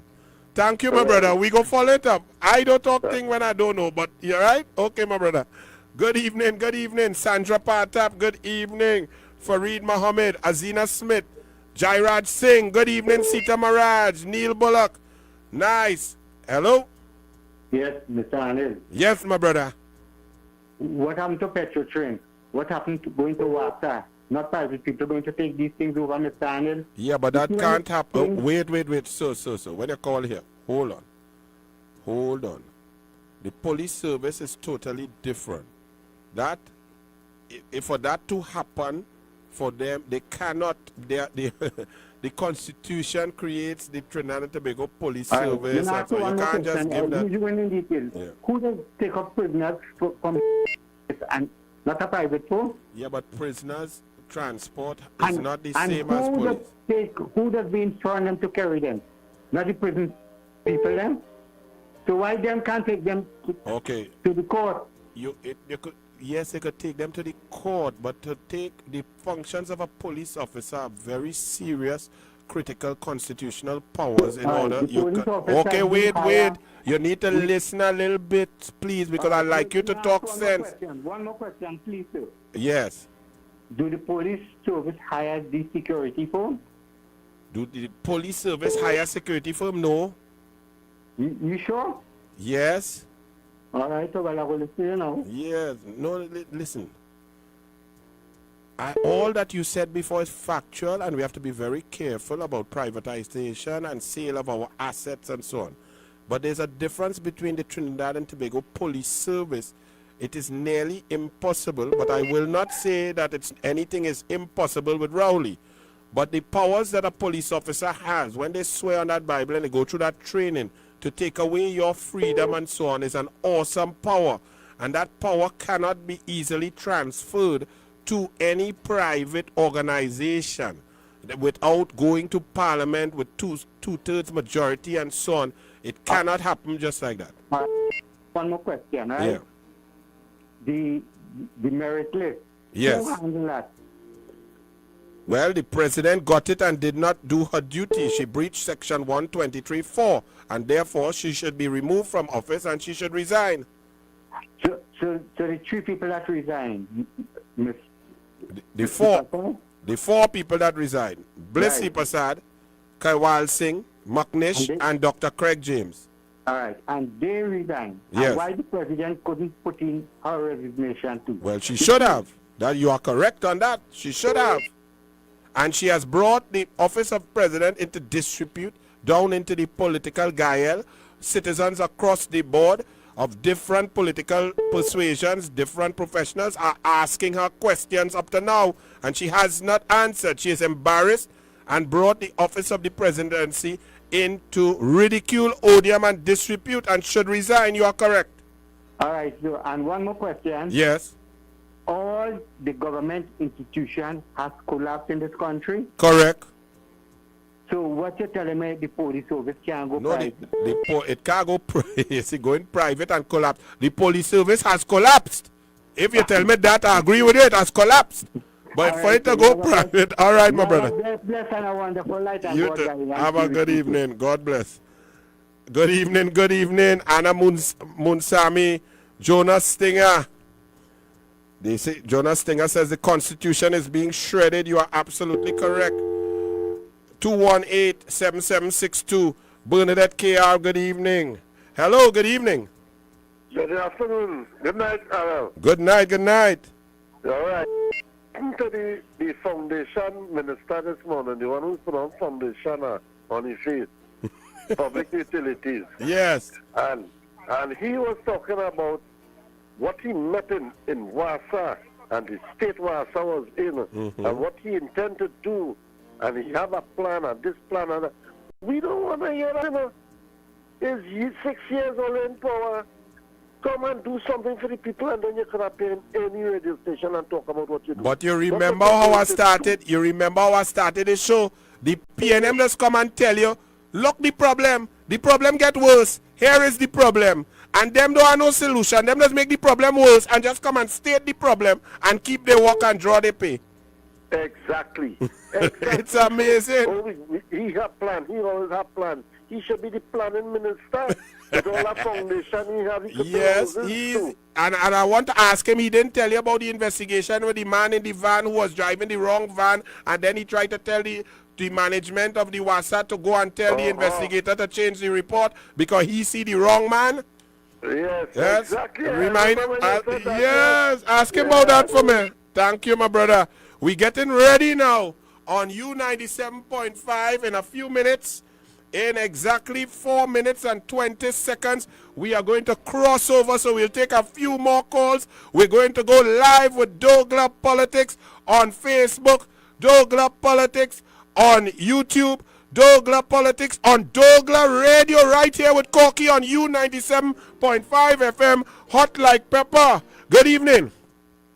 Hello. Good evening. Good evening. A neon got involved in an accident with a golf cart. Now, listen to this. Tell me. The lady who was involved apparently had to do all sort of x-ray. And it is alleged, and I'm hoping I was hearing it good on the news, she tested positive. So he had to go in quarantine again. But was this a plan? He faced avoid facing. Are you talking serious or you just, are you making kicks or you're talking serious that the lady tests positive? No, I hear it on the news, so that is what I think I hear that. So then he had to go into quarantine again. So 99% I think I hear that. So Rowley could I get COVID 5 times? Oh Lord, have a good evening. I tell you, he's a pimpaniano. Oh Lord, Martin Jack Dale, good evening. They say don't walk like Jacob. Because Jacob does walk and shake up, boy Corky. Oh Lord, good evening, my brother. And we going on Douglar Politics. Yes, man, we cross into Douglar Politics just now.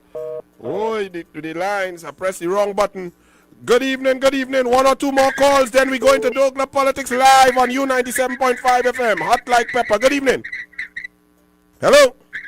Hello, good afternoon, Anil. Good evening. How are you going? Yeah, I'm not bad at all. Anil, hear this one. Tom is saying that the reason why Rowley put the president there, because Paula may weak. All you're trying is something else. Good evening. We taking one or two more. We getting ready in 1 minute. We crossing over. Vishnu, you get ready, boy. Good evening. Anil, good evening. How you going? You have 35 seconds. Yeah, I'm going good, man. What do you call it? Tell you this truth, boy. This morning, that Gonzalez man Yes. talk so much of rubbish on a radio station. But- Will I ask him a question? But you're using the term man loosely. The man condemned the desalination plant Eh. and blame that for what's the problem they had on that, you know, Anil. and that man writing in the newspaper, they be like he's a reporter. And he blaming desalination plant. Desalination plant went down and WhatsApp put out a notice that half the country will have no water because desalination plant gone down for maintenance. Boy, Anil, that's crazy, yes? Have a good evening. Plant, you know that. Thank you, my brother. We getting ready to cross over to Archie Atlantic Studios, U97.5 FM, hot like pepper. We're going to link up with Douglar Politics, with YouTube, with Archie Atlantic Studios, as we go now to Douglar Politics, live on U97.5 FM, hot like pepper.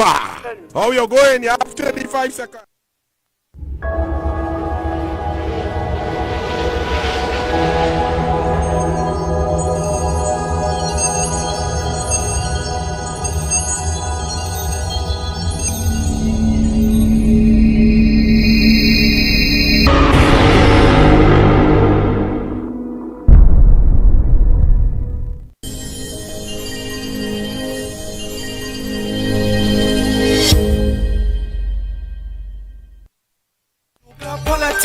This is Douglar Politics, yo. Douglar Politics. Listen, Douglar Politics, yeah. Douglar Politics. This is Douglar Politics, yeah. Douglar Politics. This is Douglar Politics. Douglar Politics. This is Douglar Politics, yo. Douglar Politics. Good evening and welcome to Douglar Politics. Now, Archie put up something there for me because it's so indicative of what occurs in Trinidad and Tobago under the PNM. It's reminiscent of we're number one in the world. Well, put up this Mount Irving Bay Resort in Winners Row again. This is October 26, 2021. Mount Irving wins an award.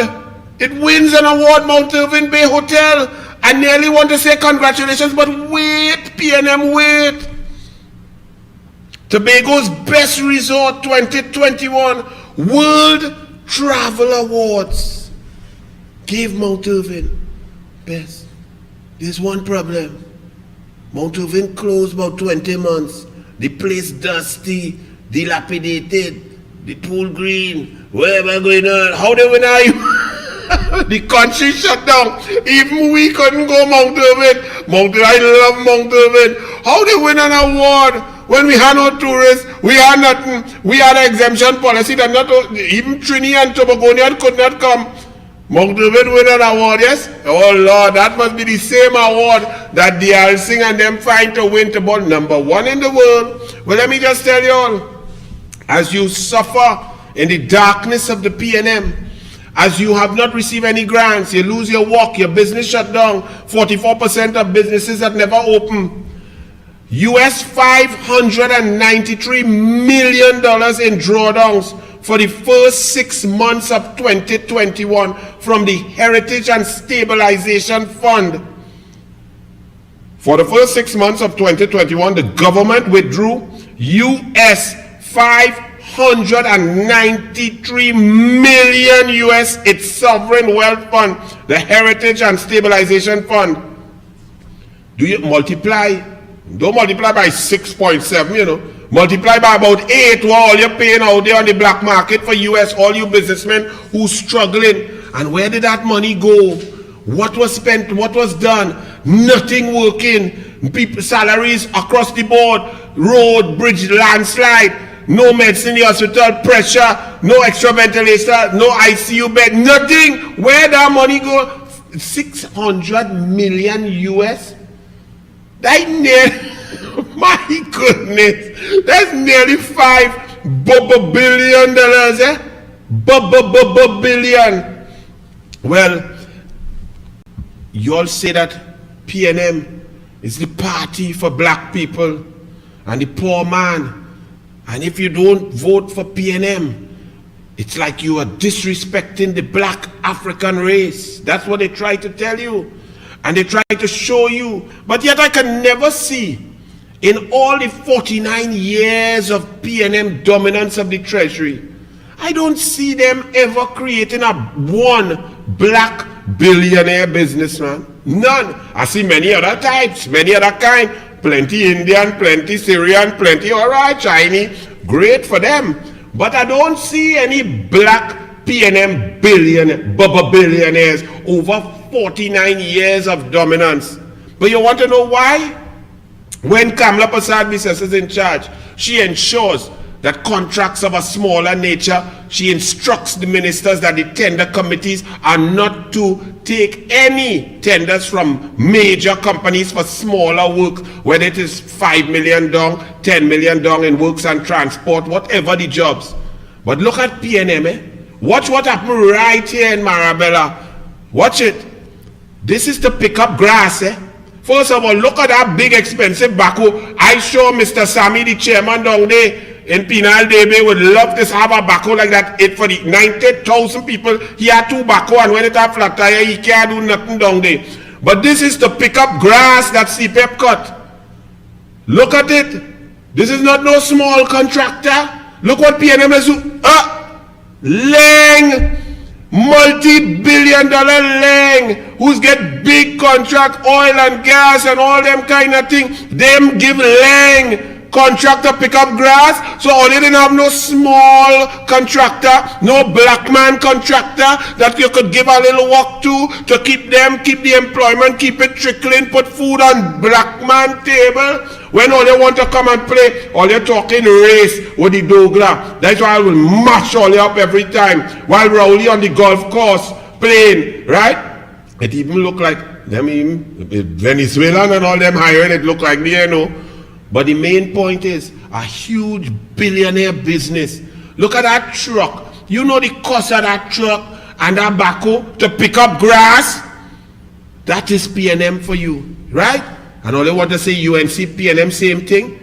Across the board, UNC had small contractors in every community doing work, getting jobs, bidding for contracts, spreading the wealth. So don't get confused. UTT staff worried about late salary payments, but them draw down 600 million US in 6 months. 100 million US per month of the first 6 months of 2021. The PNM drawdown of your children's savings and spend it. Where they spend it? Where the money gone? With the words of the Patrick Mervyn Augustus Manning. Rowley, where the money gone? UTT staff worried about late salary payments. Butch Stewart, very interesting article here. Butch Stewart, who Rowley was playing golf with as an opposition leader, and he tell him, boy, I might be prime minister here. I go in and bust some lie in the parliament about email gate and thing. I have my friend and them in the media who controlling the media to lie on camera and thing. So just now, Butch, I go be prime minister. I want you come and put on a hotel there, but you don't put no money, eh? I go take them stupid people, taxpayer money, and bill it for you, Butch. Even though you just spend your money, Butch, all over the Caribbean, from Cayman Islands straight down to Barbados, where you spend your own money, your US dollars to build hotel. I go get in there, and I go play race card. I go push a division in the country. I go control the treasury. I go gut procurement. And I go just tell them I gain you that. I go in and borrow and make them pay back, you know, but and you go just put your label, your name on the thing, and you go manage it. On top of that, I give you sweeteners, eh? But that was Rowley Sanders. And while he was doing that and telling you that Tobago lost out, he was going to borrow $7 billion for you and your children to pay back to give Butch a hotel. And talking about that's a gift, Tobago lost something. Well, let me tell you something. Butch Stewart, hospitality, well, he dead, the late Butch Stewart, hospitality school coming. Jamaica-based Sanders Resorts International, SRI, yesterday signed a memorandum of understanding with the University of the West Indies and the Florida International University, FIU, Chaplin School of Hospitality and Tourism for the establishment of the Gordon Butch Stewart International School of Hospitality and Tourism to train people to take advantage of the burgeoning, blossoming service trade. It ain't hit all here yet.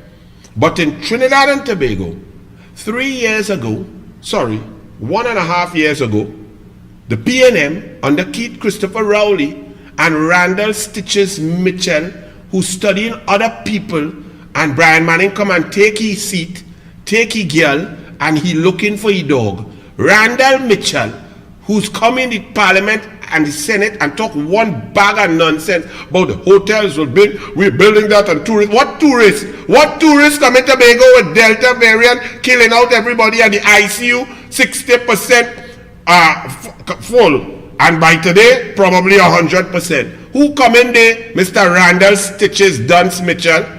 And how many recusals you had? We go find out exactly what you're recused for. You recuse more than you serve anybody. You recuse more than you develop programs and marketing strategies to develop revenue streams for Trinidad and Tobago. When I say you give new meaning to the word dunce, Randall Mitchell, my goodness. But in PNM, Trinidad and Tobago, while Butch Stewart, they're Sanders signing an MOU with UE and FIU University to open up a hotel school and create training for young people to benefit in high-paying jobs. PNM shut down our Trinidad and Tobago Hotel Institute and Training Center down in Shangara. Shut it down, so no opportunities for the children. And 74% of the children was black children. And all they telling me about race in this country, PNM is the black man party. PNM does suffer black people more than any other party. More flood misery in Penal, all over Penal. Significant flooding has impacted low-lying areas of Penal, with some areas impassable, and at least 2 families being evacuated from their houses. Show them, Archie, across Trinidad and Tobago for the last 6 months. It's only flood after flood. Once it drizzle, it's flood. Rohan, Dave Tanku is calling you out. You promised pumps and flooding to relief for the people, and you have not delivered. You come to talk about the beat and pulp. Somebody thief the pump, job. You are failing across the country, the entire country, Rohan Sinanan. Look at our country. You didn't dredge the river mouths. You have done nothing. You are the most incompetent human being to ever hold the portfolio of works and transport. Look at people. You know how much you costing people, whether it's pothole, bus tire, bus rim, landslip, collapse house, mash up, flooding, TV gone, men had to run back by courts and beg Standard and American stores because of you, Rohan. Flooding all over the place. But Rohan say, no discrimination in fixing landslips. You know that might be true, Rohan, because you so incompetent, you ain't fix nothing. Because if we have 3,245 landslips, you call a press conference to say, well, in phase 1, we're going to fix 45 of them. Congratulations, 45. Maruga, Tableland have at least 360 landslip by itself. That Maruga, Tableland alone. So you just a complete goat. Best asphalt in the world, leave him right there. I find he look neat and nice there, boy. When that's a whole picture, he looking stressed and haggard now, boy. Best asphalt in the world, but Trinidad and Tobago has the worst roads. Why? We have the best resources, but look what we put. We put this to manage. So even though we have the best potential, my mother always used to say, when you have potential, it means you ain't doing nothing yet. NITCO, no decision yet on Carnival Runner water taxi. So the Carnival Runner under this man, it sit down there and it sink. It looking like a submarine. And NITCO say, well, we don't know what we're going to do that yet, you know. It's just going down deeper, deeper. They pump out water. The water start to fill back up. It goes to look at today. Right? That is Rohan again. Rohan, you looking like an all-rounder, you know. You can't bat, you can't bowl, you can't field. You're playing right now like how the West Indies playing. But Rohan, let me ask you some questions. As you're there, you're looking good in that suit and tie, man. Nice shape. Like you went by my barber. Let me ask you this.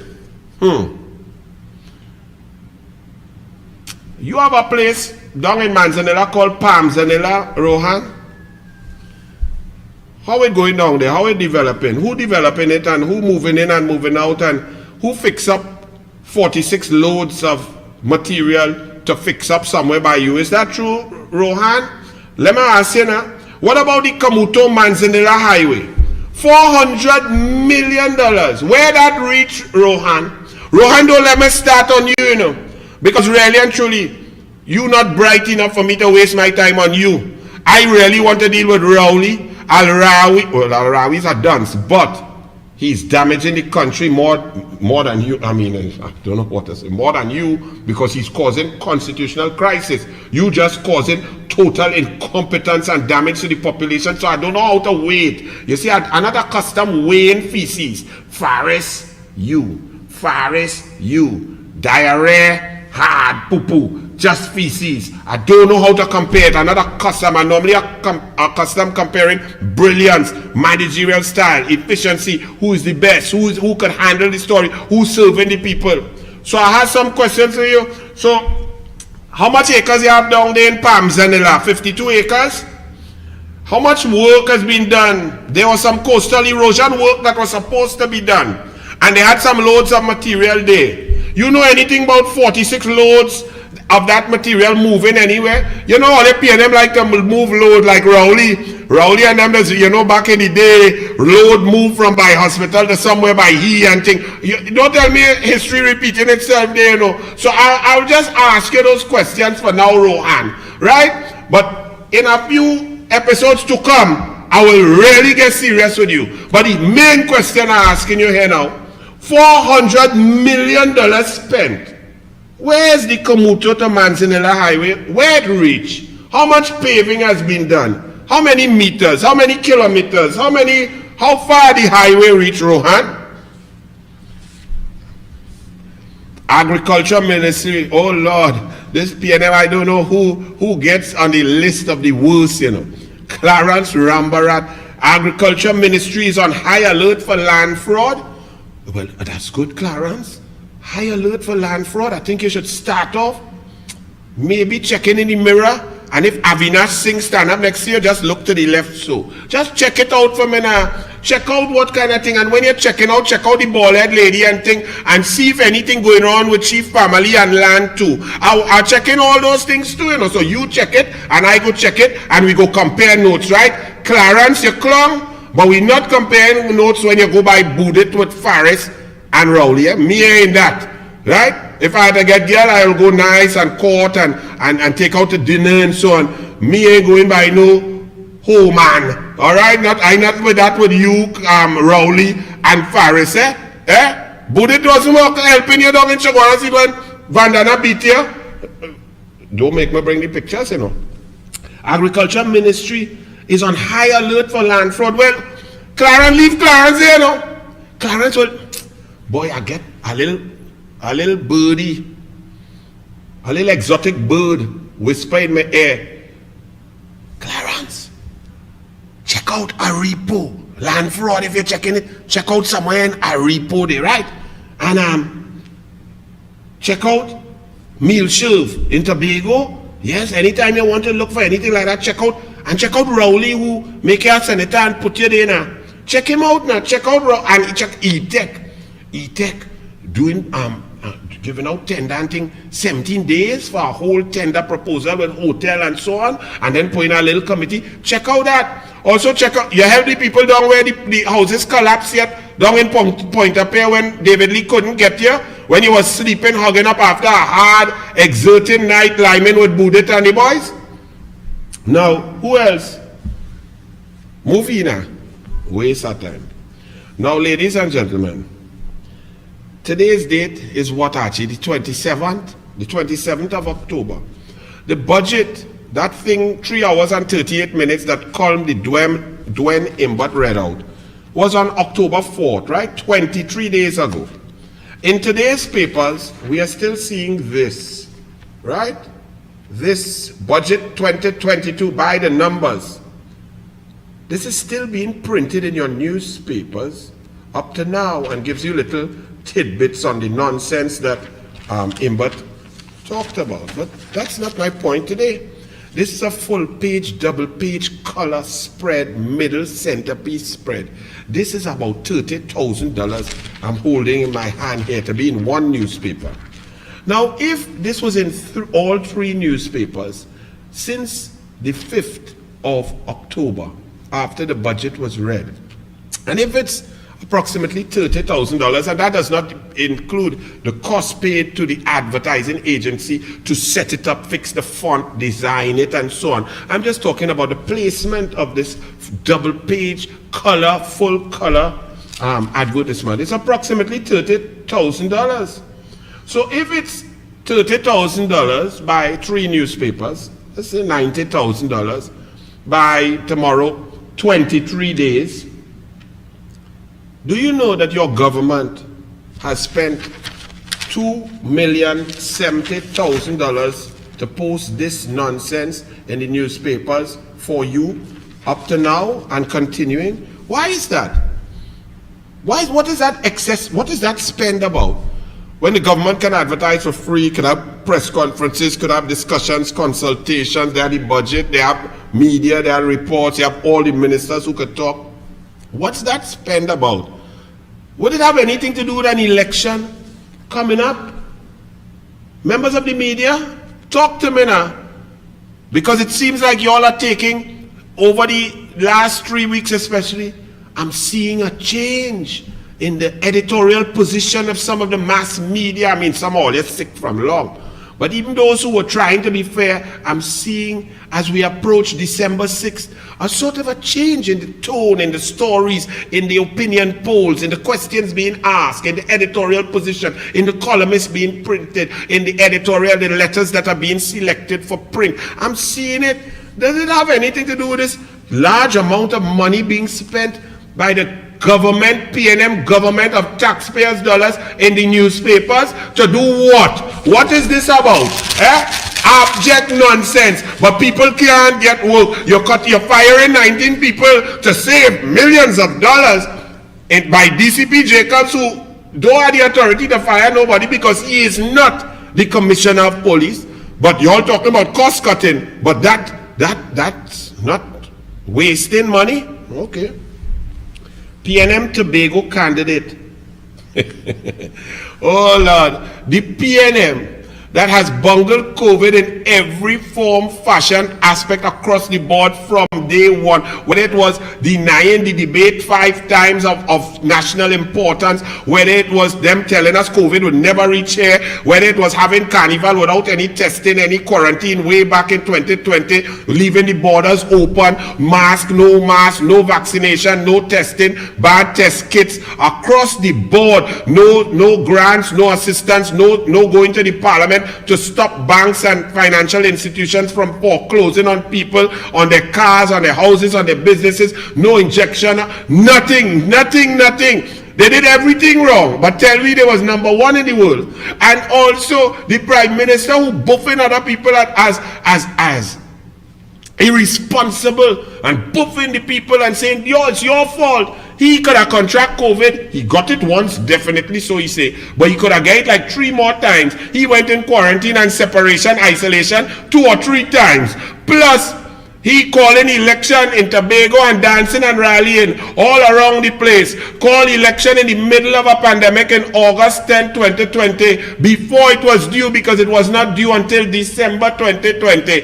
And then, now we see election call in the middle of Delta outbreak. Tobago after Rowley infect the whole of Tobago by inviting Trini, Venezuela, and everybody with Brazilian variant to go to the pristine, clean island of Tobago and infect everybody. That over 87 people have died since that April invitation by Keith Christopher Rowley. We now see a PNM Tobago candidate contracts COVID-19. 6 weeks before the December 6th Tobago House of Assembly election, PNM candidate for Bethel New Grange, Downey Marcel, has tested positive for COVID-19. Where he was like, with Rowley and them in the retreat.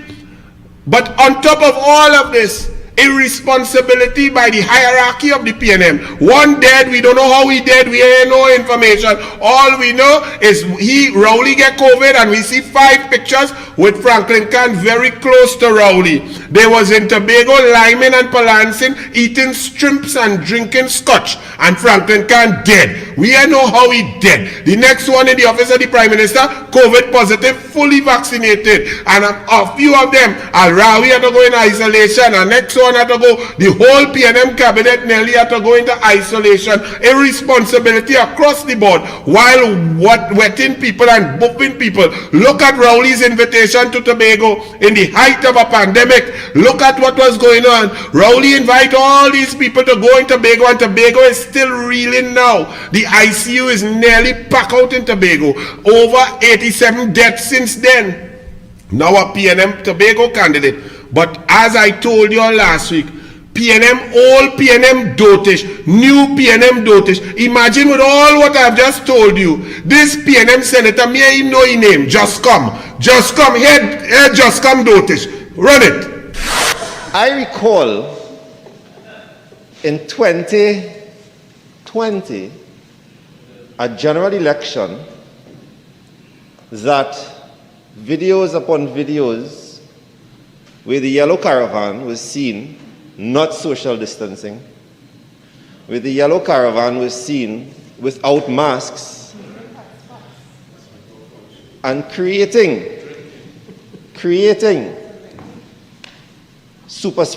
possible super spreader events, when it is that this side managed to keep it virtual, just as we do, responsibly. The other side managed to keep it ad hoc. Everybody just do the balize. Everybody just do the balize. Right foot, balize. Left foot, balize. Everybody just do the balize. The new dad to go to Tobago can go and come back when you want. So you know what's happening now? Tobago is almost full and overflowing. The place to be is in Tobago. Just over 50,000 people would have traveled during that week of the Easter back and forth.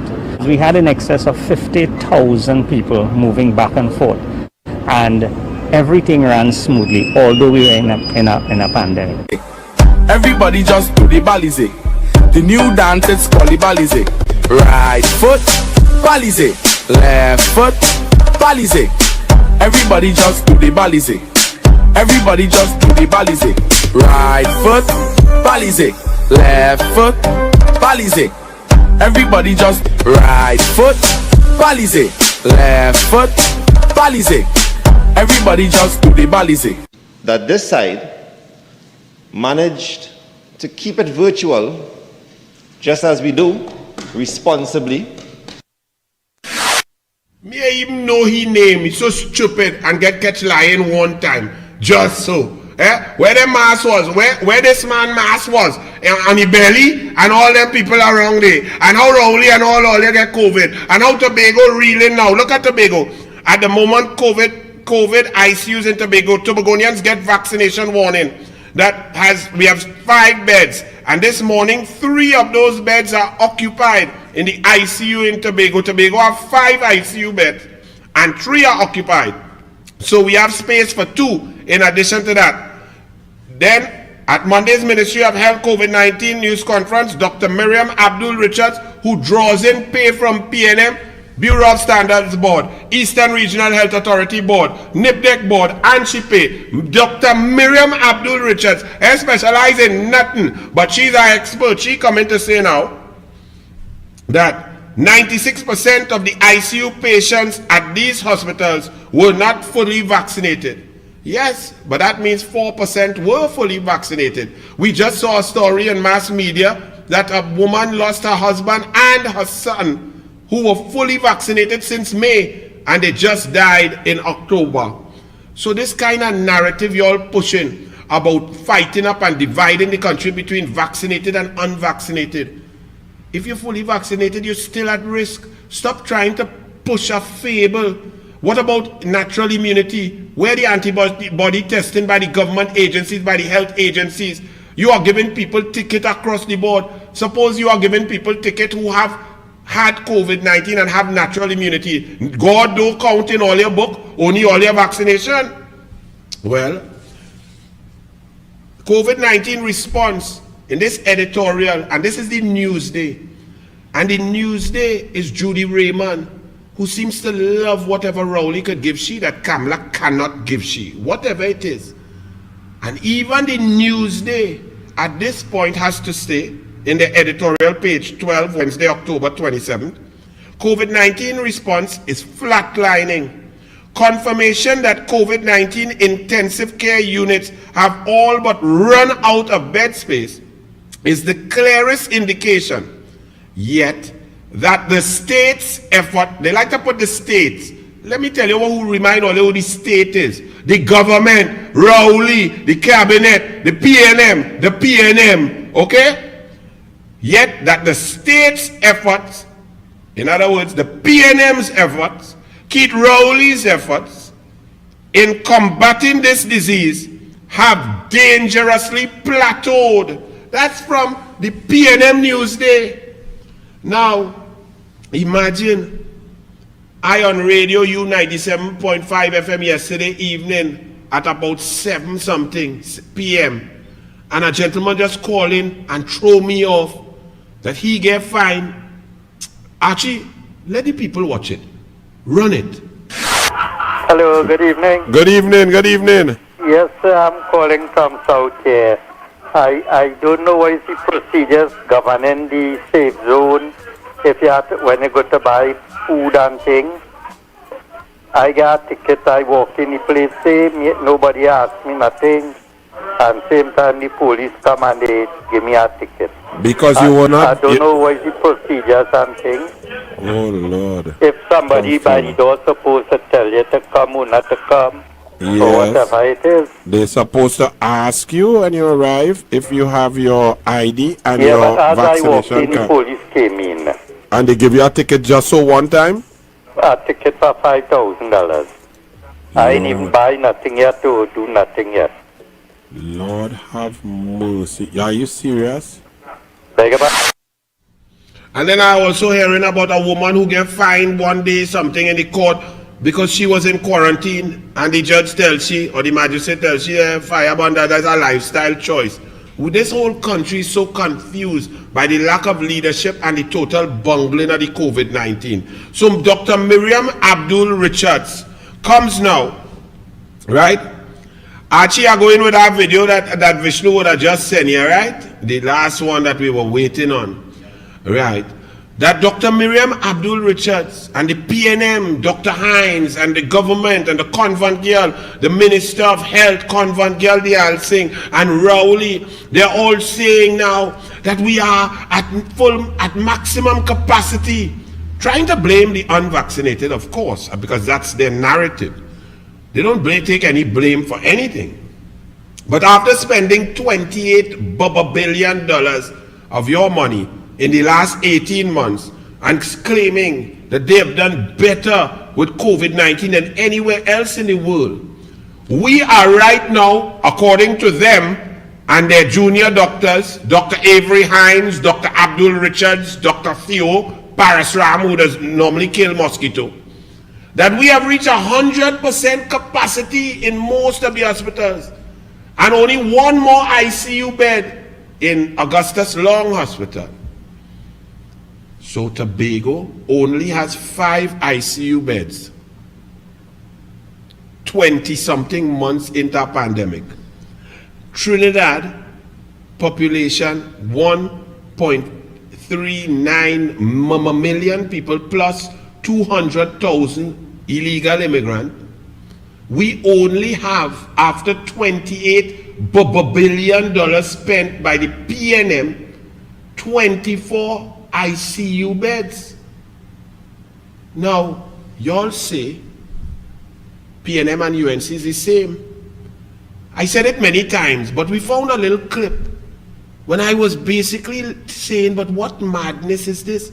If the Delta variant is coming, you must prepare for it. And I was even wrong. I said by September 22nd, Delta would be carrying us to. I was a month wrong. I said the Delta variant will take us up to full capacity, because if the Brazilian took us up to 92%, the Delta variant, when it starts and it gets going, it will carry us up above that. But I was a month wrong, because I think I said it was by September 22nd. Well, it's October 27th, but it's 4 days before they say we reach maximum. So October 23rd, exactly 1 month late. As if we pregnant, the country pregnant 1 month late. Run it, Archie, and show them what we were talking about, and understand that criminal negligence, incompetence of the PNM has gone above and beyond. Run it. No more lockdowns, please. Well, get ready, because by September 22nd, the health system is going to be overwhelmed. They now start, I see Abdul Richards saying that she increasing more beds added to the ICU as country prepares for Delta variant's arrival. So they now preparing for Delta variant arrival when it arrives. About 9 weeks ago on this Douglar Politics, I told you all, hey, Delta variant hit Brazil. Brazil shares a border with Venezuela. Venezuela is 7 miles away from we. We should be preparing for Delta variant. Get the Coast Guard out, get the borders locked down, build a security dome over Trinidad and Tobago. Them now saying, they're now increasing the number of ICU beds. Unfortunately for us, in the last 3 or 4 months, May, June, July, and now half of August, ICU mean dead. ICU and coffin in Trinidad is the same thing. This was Wednesday, the day before, in the Guardian page 6, right? She come out to say, yes, we're going to increase ICU beds and capacity because the Delta variant is coming and so on and so forth. They don't reach, but it's coming, right? But the day before, Field Hospital at Jean Pierre Complex closed, but 10 staying up. Does this sound like a government that knows what's happening? The next day, she's talking about increasing ICU beds. But the day before, them shut down the tent, which became necessary because the Brazilian variant increased COVID-19 positives and hospitalizations dramatically. The Delta variant is 2.5 times more virulent than the Brazilian variant. But them shut down a 10th hospital that was created to take the overflow, them shut it down. And then she said the next day, well, we're increasing ICU space. I just want to say to the PNM, you know, your management skills, your brilliance, your flow, your connectivity, your teamwork is just amazing. And I spoke about 9 weeks before. So since June 1st, the UNC was telling the PNM, prepare, the Delta will come, spend money, but get more ventilators, get more ICU beds, create a situation where we will be able to take care of our people. Them spend $28 billion and we only have 24 ICU beds for a population of 1.5 million people. That is madness. I went through and gave you some statistics of the percentages of ICU beds up to, you need to get up to like 12% and so on. Remember what we are talking about in developed countries. I gave those statistics. But these people just going by VAPs. They have no ability to manage, except they're draining the treasury very good. We should call them straw, because them just sucking out the treasury. I need you all to explain something to me. Because they say that now, schools are not safe zones. Right? So you see a nice picture of my boys at Fatima College, they're playing some basketball. Right? Now, that's kind of recreational. Some of them have on mask, some don't have on mask. I'm glad that they don't have on mask when they are playing basketball. But the Minister of Health and the PNM have said that in schools you have to leave on your mask and so on. So I'm not sure what's going on. But it's not a safe zone. So the PNM is saying, with COVID-19 and Delta variant around, in the schools, unvaccinated and vaccinated could mix, just follow proper protocols and so on. Unvaccinated teachers, vaccinated teachers, unvaccinated staff and security and so on, with vaccinated, them could go in the schools, because schools are not safe zones.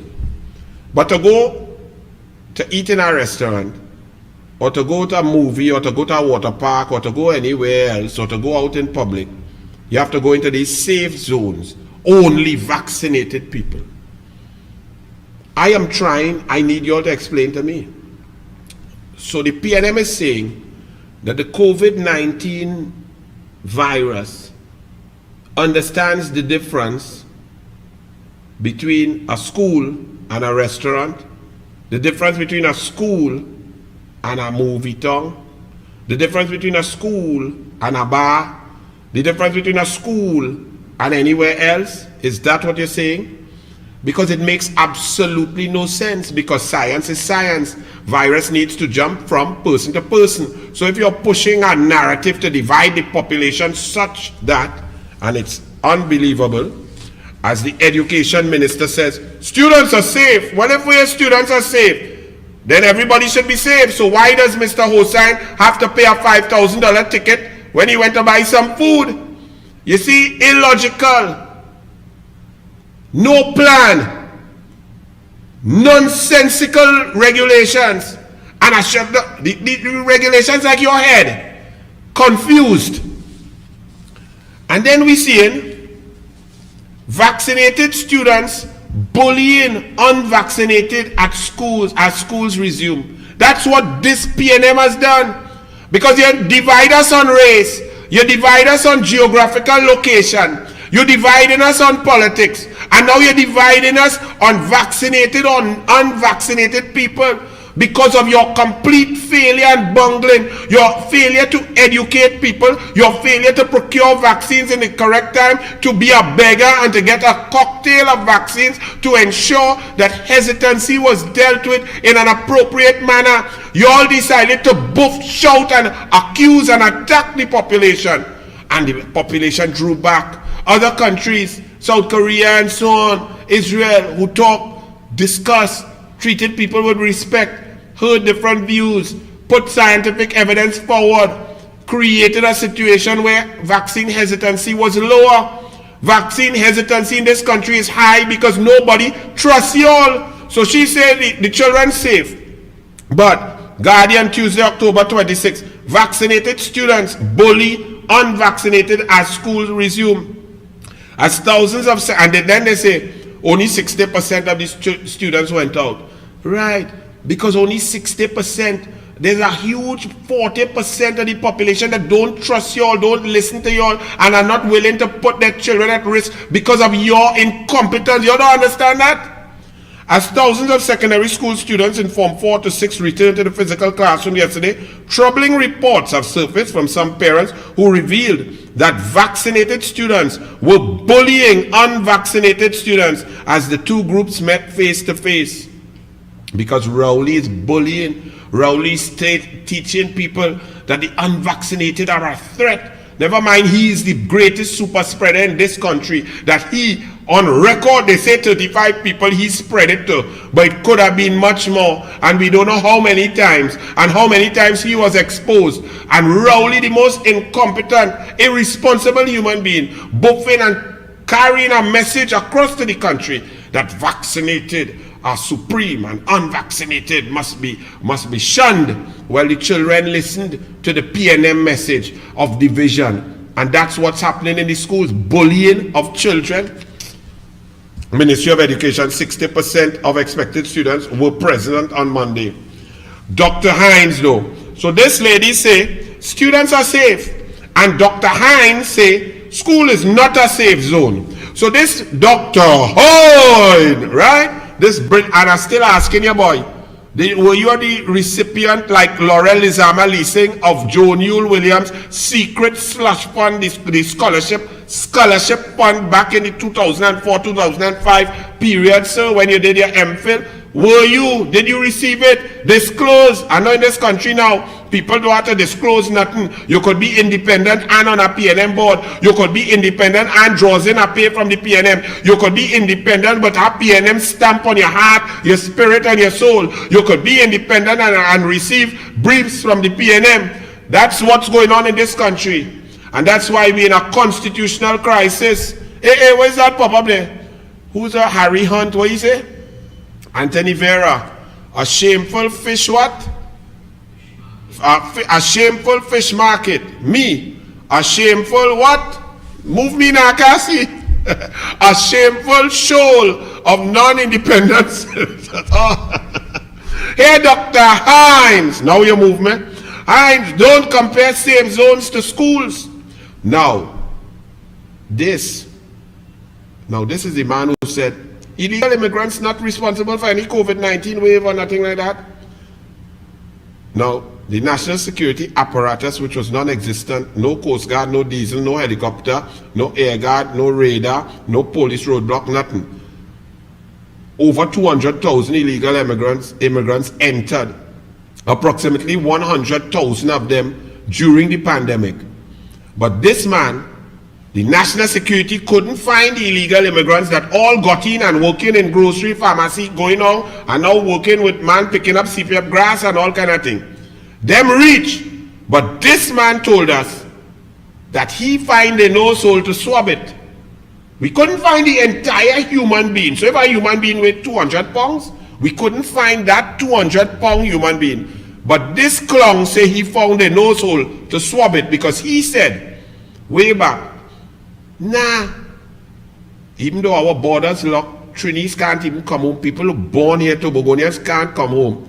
He said, nah, and then we get in a second wave. How you can get a wave if we on lockdown and the borders are not porous? But he said, no, there's no evidence of that, man. The illegal immigrants are not bringing any COVID here. How? On what basis? On what science? On what testing? You have to ask this clown. Then on other occasions, he made other ridiculous statements. When Rowley contract COVID, he started to reduce the time that was with quarantine to go back to see how much is super spreader. Remember, he gave us the new PAHO with 3 days once it's Rowley. Anything to do with Rowley, his science has changed. Well, this one now might take the cake, because I need y'all to help me understand it, because I can't understand it. Dr. Hines says, it's not really a fair or relevant comparison to compare a school with a safe zone. Safe zones are spaces that have been established basically for recreational activity among fully vaccinated individuals. This is activity, whereas it is economically viable and valuable, it is considered absolutely essential, and therefore it isn't considered absolutely essential.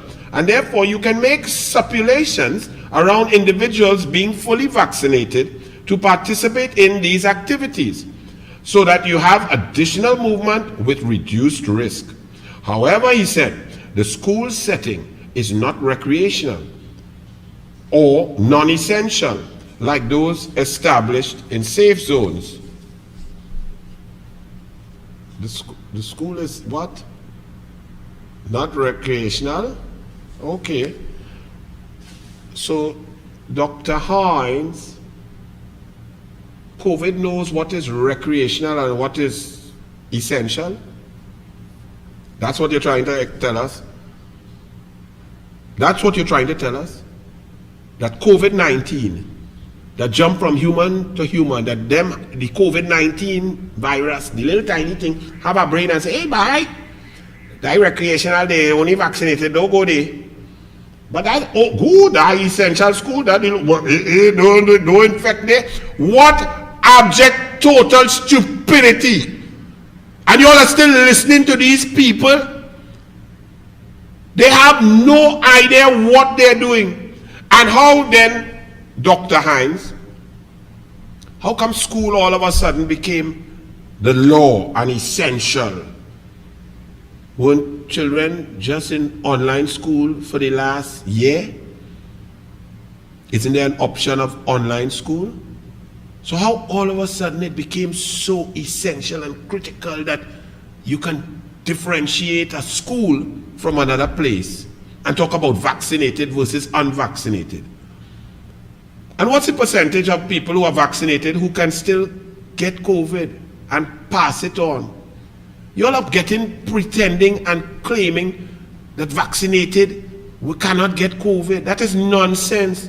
The vaccination, the fully vaccinated, reduces your risk of getting it, yes. Up to about 81% in some of the best ones. So you still have a 19% chance, which is not much, but it reduces your risk of getting it. But you can still get it. And if you get it, and you tell people and you give people this false sense that vaccinated, once you're vaccinated, you're Superman, you're super great, then people will drop their guard and not do the normal things that still need to be done. Separation, mask, washing hands, not touching their face, and so on, because you all are telling them that this great 100% mandatory vaccination thing exists. It does not. The second benefit of vaccination is that if you contract it, you are less likely to be hospitalized. That's true. But you could still die. We just had 2 patients dead. The lady who lost her loving husband and her son, and they were fully vaccinated. So stop the nonsense. And now you're trying to tell me there's a difference, that the virus knows about a school as opposed to a restaurant, as a school as opposed to a movie theater, as a school as opposed to something else? Abject total nonsense. But doctors in a nightmare. They're fearful for COVID patients at ICU beds run out. They say life or death decisions should not be theirs, and such choices leave them in mental anguish. You could move this one here now. And that's the fault of the PNM government. That's the fault that doctors now are forced. Remember, I brought up this earlier when Kamla Prasad Bisesa told the country and read out that a lady in Westmoreland had posted on Facebook that her father or father-in-law went down to the hospital. She's saying she should have just kept him home, and doctors were making the decision on who should be on ICU. That was back in May or so of this year. And Convent Girl and Rowley and the PNM jump at Kamla and say, how you attacking the doctors? She was not. Who she was attacking are those who are responsible for providing the doctors with adequate, sufficient resources to do their job. So if you spend $28 billion, why we only have 24 ICU beds in Trinidad and 5 in Tobago? Why? Why don't we have 20 ICU beds in Tobago and 60 ICU beds in Trinidad? You did not spend the taxpayers' money to protect the citizens, and now you have left the doctors in the unenviable position of making these sorts of decisions, impacting people's loved ones and livelihoods and lives. That falls squarely and is bolted to the chest of convent girl the dunce who could not pass a pharmacological exam, and Keith Christopher Rowley, as well as Davlin Thomas, who has been playing games with the professionals who are specialists and trained, and pretending and uplifting mediocrity with these junior doctors who feel they know everything and their story change as the Balize music plays. Disgusting. People are dying. Nearly 1,700 people have died of COVID-19 under this bungling PNM. And the Christmas does not look good. Diwali does not look good. Looks like we're going to get there. We are becoming accustomed. 5 people dead, 7 people dead, 200 cases, 322 cases, 175 cases in a state of emergency. So what's the next step? What's the next move? What have they not done so far other than totally, completely fail? ICU full. But we won't forget, while we discuss all of this moving forward, there are certain topics that the media is trying to make us forget. So at this juncture, I will remind you of these critical issues, because the media has become the PNM party group, not only in general, as I told you, different newspapers and the editorial position, different media houses, you know, the CNC treat Balize juice in the morning with 2 O-levels rubbed together, that fella, and who's now the advertiser for honey goatweed and Cialis, right? That is their #1 intelligent, brilliant, nonsensical show. But now the Media Association, I showed you, Ira Matur, attacking Kamla Persad-Bissessar without facts, attacking her even though she knows the truth. Kamla Persad-Bissessar is not attacking any president because of any gender issue, and Kamla Persad-Bissessar has gone through great pains to say how much she respects Her Excellency the President before, during, and after, and she also supported and was pleased to support Her Excellency being inaugurated as the President of the Republic of Trinidad and Tobago. But Ira Matur, who is now the President of MAT, attacked Kamla. So you see there are certain issues, mind share, that determines how you vote. If anyone takes a deep breath and thinks about it, no human being could ever vote for Keith Rowley to be the #1 human being in Trinidad and Tobago with the most power to impact people's lives. No one.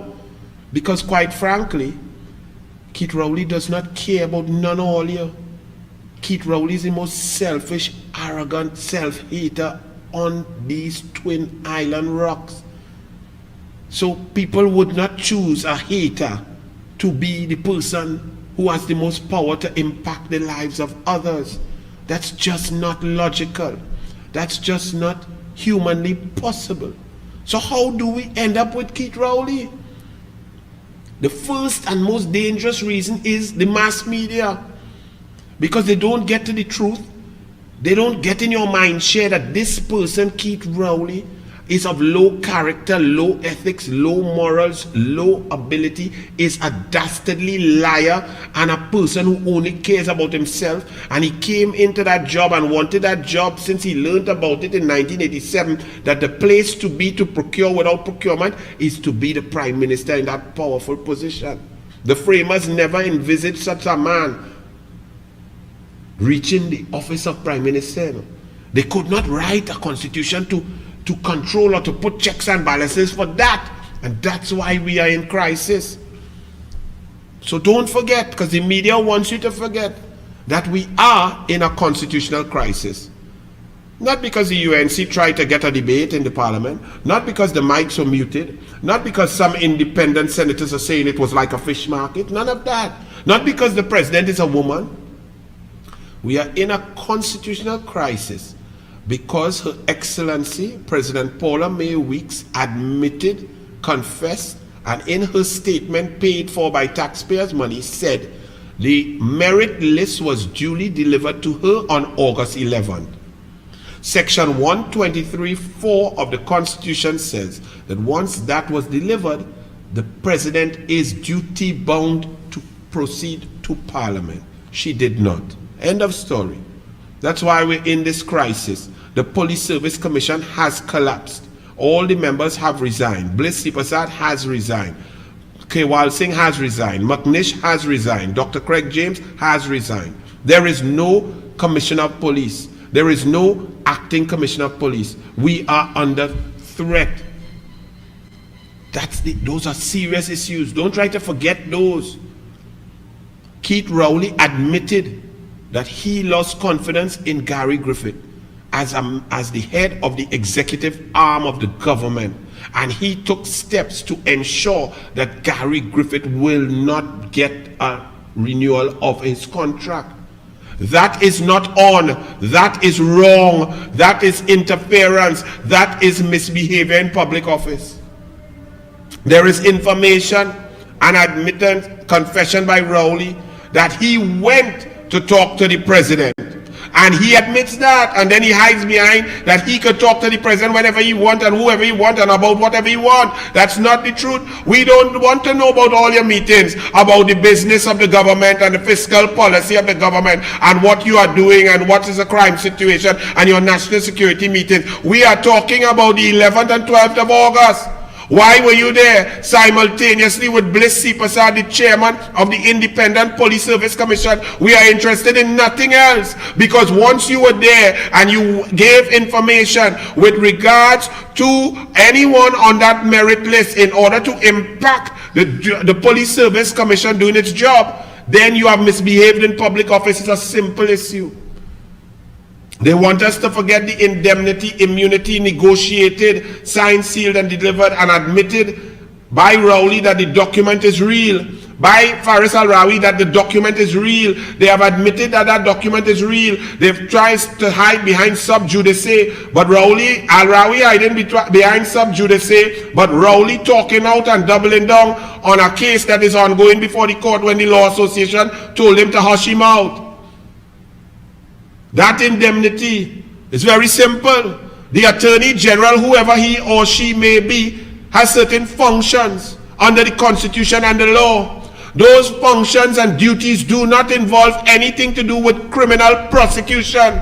There is a criminal prosecution involving the person who Al-Rawi and Rowley has admitted that the document is real. They negotiated as the executive, as the government, who only has authority in civil proceedings.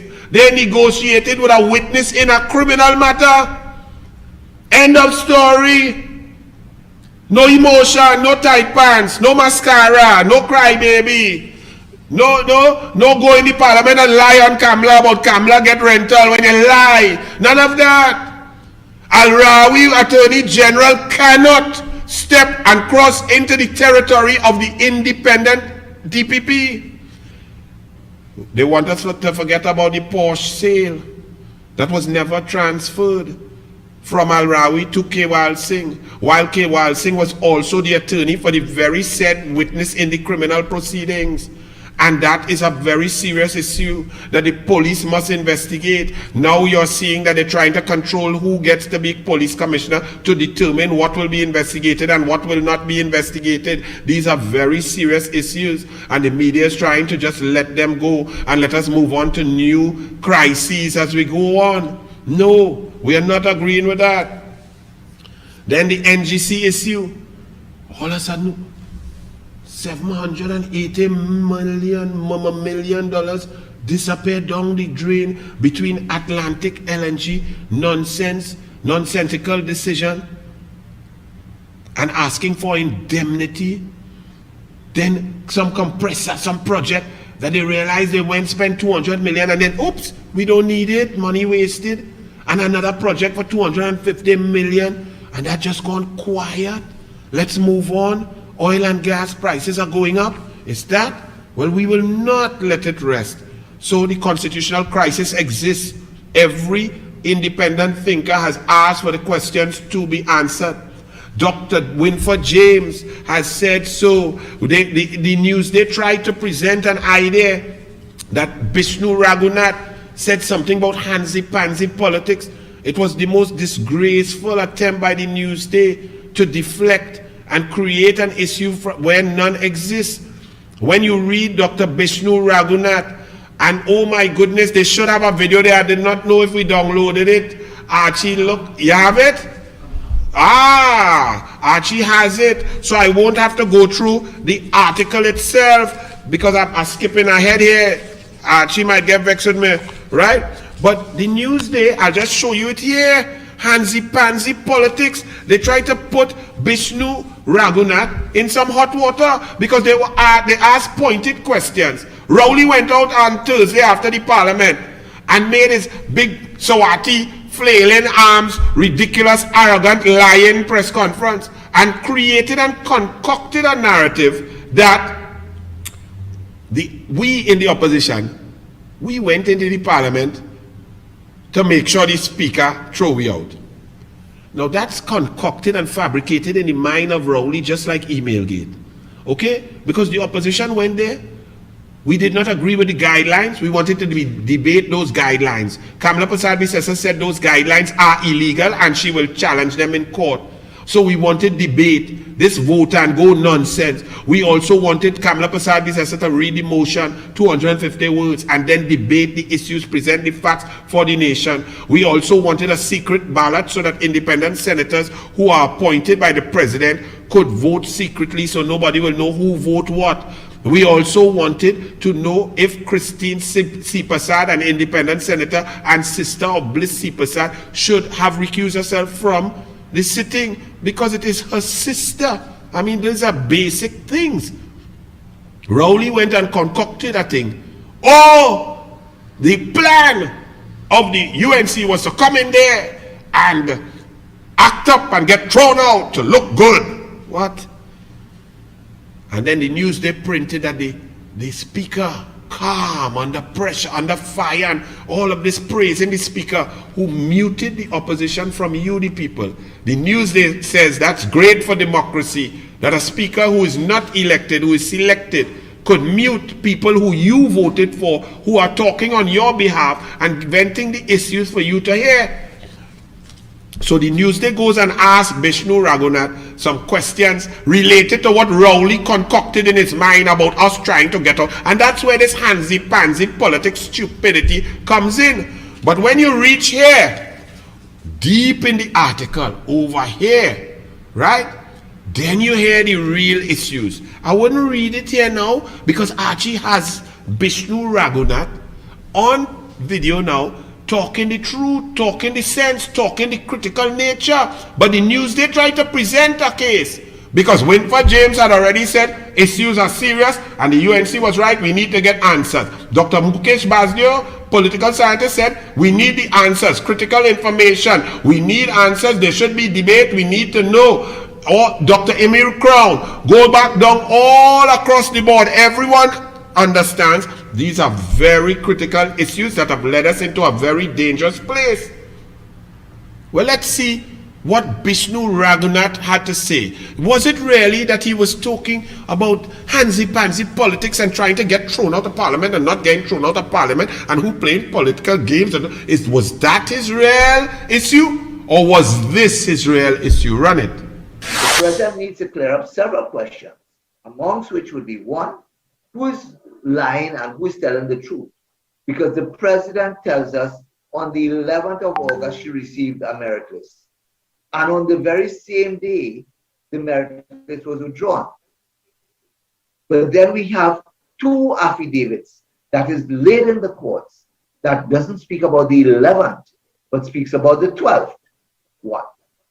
Secondly, there's one affidavit that says no merit list was sent to the president. President saying, yes, a merit list was sent. So if no merit list was sent, well then how could one have been withdrawn? So the president needs to clear up that.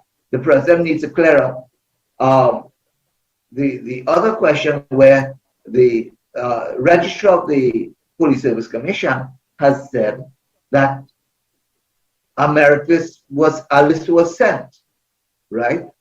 How come and whatever happened to that? And The other question that the president has to clear up is if a list was sent, under what constitutional provisions did she allow or did her office allow that list to disappear? Because the Constitution is quite categorically clear, elusively clear, that once a list is submitted to the president is then now supposed to submit that to the parliament. Lucidly clear. You see, don't get sidetracked with emotion and narrative of the mass media pushing Rowley's nonsense down your throat. Lucidly clear. You go and read it for yourself. Don't take my word for it. Do the work. Go and read it. Get your constitution. Section 123(4). The president shall, right, on receipt of section 123(3) is that the Police Service Commission, after they do the work, shall give the list to the president. And then section 123(4), the president shall notify the parliament. End of story. And if you don't understand, go and check to Google the meaning of shall as opposed to may. Shall is duty. Shall means no discretion whatsoever. That's what Bishnu Raghunath said. But the Newsday printed a whole different front page. Hansi Pansy, UNC lose, PNM strong, politics, PNM, UNC try to get throat. Nonsense! Newsday, shame on y'all. And even my senior counsel, Israel Khan, you got caught, sir. The speaker caught you. I see you wrote a letter printed in the Newsday on page 14, Newsday, section A. Put up the senior counsel, Israel Khan, there for me, man. Wednesday, October 27, my senior counsel, very brilliant attorney. But, sir, she caught you. I see that you say kudos to the speaker and to the opposition. The editor, I wish to congratulate Speaker Bridget Anisette George for her sophistication and firmness in overseeing the impeachment motion to remove the president from office. She exercised more patience than the biblical Job in dealing with the recalcitrant opposition. Now, sir, I think you missed it. Go back and look at Parliament Channel and look at your brilliant speaker who impressed you with such a calm and her relaxed. Go and look at her pressing the mic. Look at the ring around her mic. Once that ring is on, as you know, as she speaks, as the president of the Senate or the speaker is up on their feet and their mic is on, all other mics in the chamber are muted. So, sir, I don't think you want to, especially a man like you who believes in free speech, has fought many cases for people to have the opportunity to speak, to argue, to debate, to present cases. I don't think you would ever promote the thwarting or muting of democracy. So I think, sir, the speaker fooled you. It's all right, but I'm telling you to go and check for yourself. Go on channel 11, go back to Thursday at 12:15 and look from 12:15 to about 1:03 and just focus on the speaker and what she was doing. And what she was doing, as you can see in the Hansard, you see a lot of inaudible. So the record has been affected. And more importantly, the people out there on 105.5 and on the Parliament channel and later on in newscasts could not hear clearly what the opposition, the arguments that were being made. Would you like it, sir, if you were in the court and when you got up to make your arguments on whatever case you're doing, that the judge who sits on behind a screen in COVID-19, she puts on earmuffs and doesn't listen to you, but the other counsel, when they talk, she takes off her earmuffs and listens to what they have to say, or she decides to rule and put guidelines on the case without hearing you, and every time you try to argue or present law, facts, and circumstances in other jurisdictions, that she puts on her earmuffs and ignores you. I don't think you would ever agree to that. So I think you were fooled by Bridget Anisette George. And you should withdraw her praise about this scam. It was all an act. She should get an Academy Award. But then you went on, sir, and you said, and we thank you for that, the recalcitrant, we don't like, but I mean, you're an Indian, so you could say recalcitrant. I, a Douglar, I could say, all right. But you didn't mean it like how Dr. Williams meant it or Dr. Rowley meant it. Recalcitrant opposition members in their rightful strategic plan, to unmask and condemn the Prime Minister as the culprit who, with the connivance of the PSC, destroyed the independence of that very commission and led to the constitutional crisis of the country being without a de facto sitting police commissioner. Well said, sir. Okay, so do Anil a little favor. Go and check what Bridget Anisette George really did, because it really was untoward, it was disrespectful, it was disgusting, it was an attack on democracy, sir.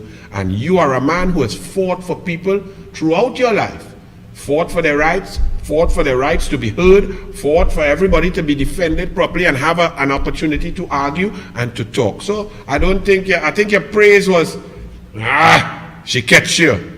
Okay, sir, have a good day, Mr. Khan. Griffith people out. Right? So police service terminates 19 contract workers that Gary Griffith had hired to help keep us safe. So DCP Jacobs comes now, and by some power, this one here, me I know how he get the power, because the only person who can make cuts like that and make decisions like that and get down into firing people and deciding who is necessary, who is redundant, and who don't need is the Commissioner of Police. So you will have a lot to answer for. But the more he talks, the more I realize that you make a good PNM. Just like that previous PNM senator, the new dotish one, you make a good PNM because you're not making sense. DCP Jacob, he said, Deputy Police Commissioner McDonald Jacob said yesterday in the Express, in a telephone interview with the Express, Jacob confirmed the contracted employees were advised that their services were no longer required, adding it was a cost-saving move to channel resources on the ground. Jacob was appointed TTPS accounting officer in October. That in itself is questionable, that call me but a politician could give you that power, first and foremost. So we could try there. The court will decide at some point. The director of our human resource department of the police service, who is a Miss Ramgalam, and Miss Joanne Archie, so the three of them sat down, this man is saying, and they went through a quick exercise. Jacob said a total of 19 persons would no longer be on the TTPS payroll. The savings, he said, will run into millions. Now, this is amazing because in such a short time, in October, he was appointing this accounting officer. And in that short time, he did in-depth auditing and analysis of the functionality and ability of these people in disparate jobs across the Trinidad and Tobago Police Service and came to a firm conclusion that they needed to go. That's quite amazing by yourself. I think, I even feel to clap you. But I know you lie, so I won't clap you. So Jacob did not criticize Griffith's hiring practices. He didn't criticize Griffith's hiring practices. And in a little while, I will give you more info on why he didn't criticize Griffith's hiring practices. He could not. He's not in a position to criticize Griffith's hiring practices just now. And that the time the services of these people may have been necessary. And as time went by, changes would have been required. At the time when these persons were hired, it may have been necessary so to do as a leadership at the time, but right now, they may have come and done a proficient job. And at this time, we don't need to continue with those services. And it so happens that within the service, there are persons who are qualified and are expert in some areas. So now we have to utilize some of that skill and ability to fill some of these posts. Well, you argue with yourself, sir. You're looking in a mirror or you're bipolar. First you say you find that these positions redundant. And then you say, yeah, well, we have people who can do that work. No, sir, the two things, they don't go together. All right? Furthermore, he continued. And when he was asked directly, because all these 19 were hired by Gary Griffith, and they just cut So Gary Griffith, Rowley interfere, no Gary Griffith, no merit list, president in trouble, constitutional crisis, no commissioner of police. This fella appointed by Carl Mimbert, the PNM Minister of Finance, to be an accounting officer, and he decide in a short time analyzing people work and decide who must be fired, even though he don't have the authority so to do, because he's not the commissioner of police. But then they ask him a very good question by the Express. Asked if he received specific instructions from the National Security Minister to fire persons, Jacob said this was not the case. Okay, he continued. No, we do not get any direct instructions. We don't really get instructions from the minister. We may get some thought or some advice, but no instructions per se. Anybody acting or pretending to be a commissioner of police is to receive no advice or thought from a politician. You don't even know the job. Your balise is so wrapped up all in your brain that you're talking this nonsense. This amounts to a confession of political influence on you, that you were given advice and thoughts on how to manage. Don't you read your constitution? That is the sole purview of the commissioner of police. You are to receive no advice from no politician. You are separation of powers, independent. Don't you understand that? But let's get to the crux of the matter. He could not criticize, while busing 19 out of 19 hired by Gary Griffith, he could not criticize Gary Griffith's hiring practice. I wonder why DCP Jacob. Let me ask you some questions, DCP Jacob. Was your daughter hired by the Trinidad and Tobago Police Service when Gary Griffith was commissioner? Was she hired on contract by Gary Griffith? Is your daughter currently working in the HR department of the police service, of which you are now playing Mr. Mastermind and busting people throat? Is your daughter working there under you with your PNM Minister of Finance appointment as accounting officer? Why was your daughter not terminated because of these budget cuts? Very interesting how all the PNM get involved in conflicts of interest. You see? So it's okay for you to take food off other people's children's table, bust other people's throat, without having the authority so to do. But you ensure to leave your daughter, sir? I think I cry shame on you, sir. Shame on you. And Mrs. Ramgalam, the lady you said you was in the meeting with, the HR lady, huh? Was her daughter hired by Gary Griffith to be in the legal department? So Mrs. Ramgalam, I'm asking you, Director of HR, was your daughter hired by former Commissioner of Police Gary Griffith on contract in the legal department of the TTPS? While you were meeting Ms. Ramgalam with this man and Joannachi to fire 19 people, how come your daughter didn't get fired too? You see how our country is in a total mess?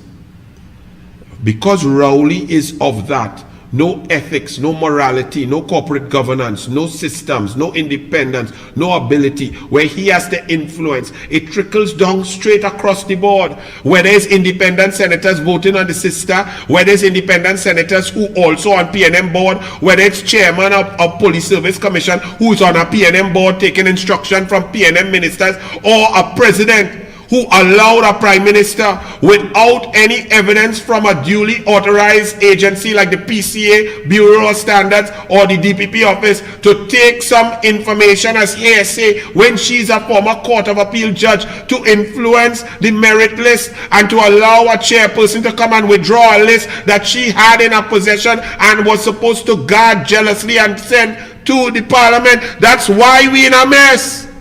So everybody get fired except the two firer children.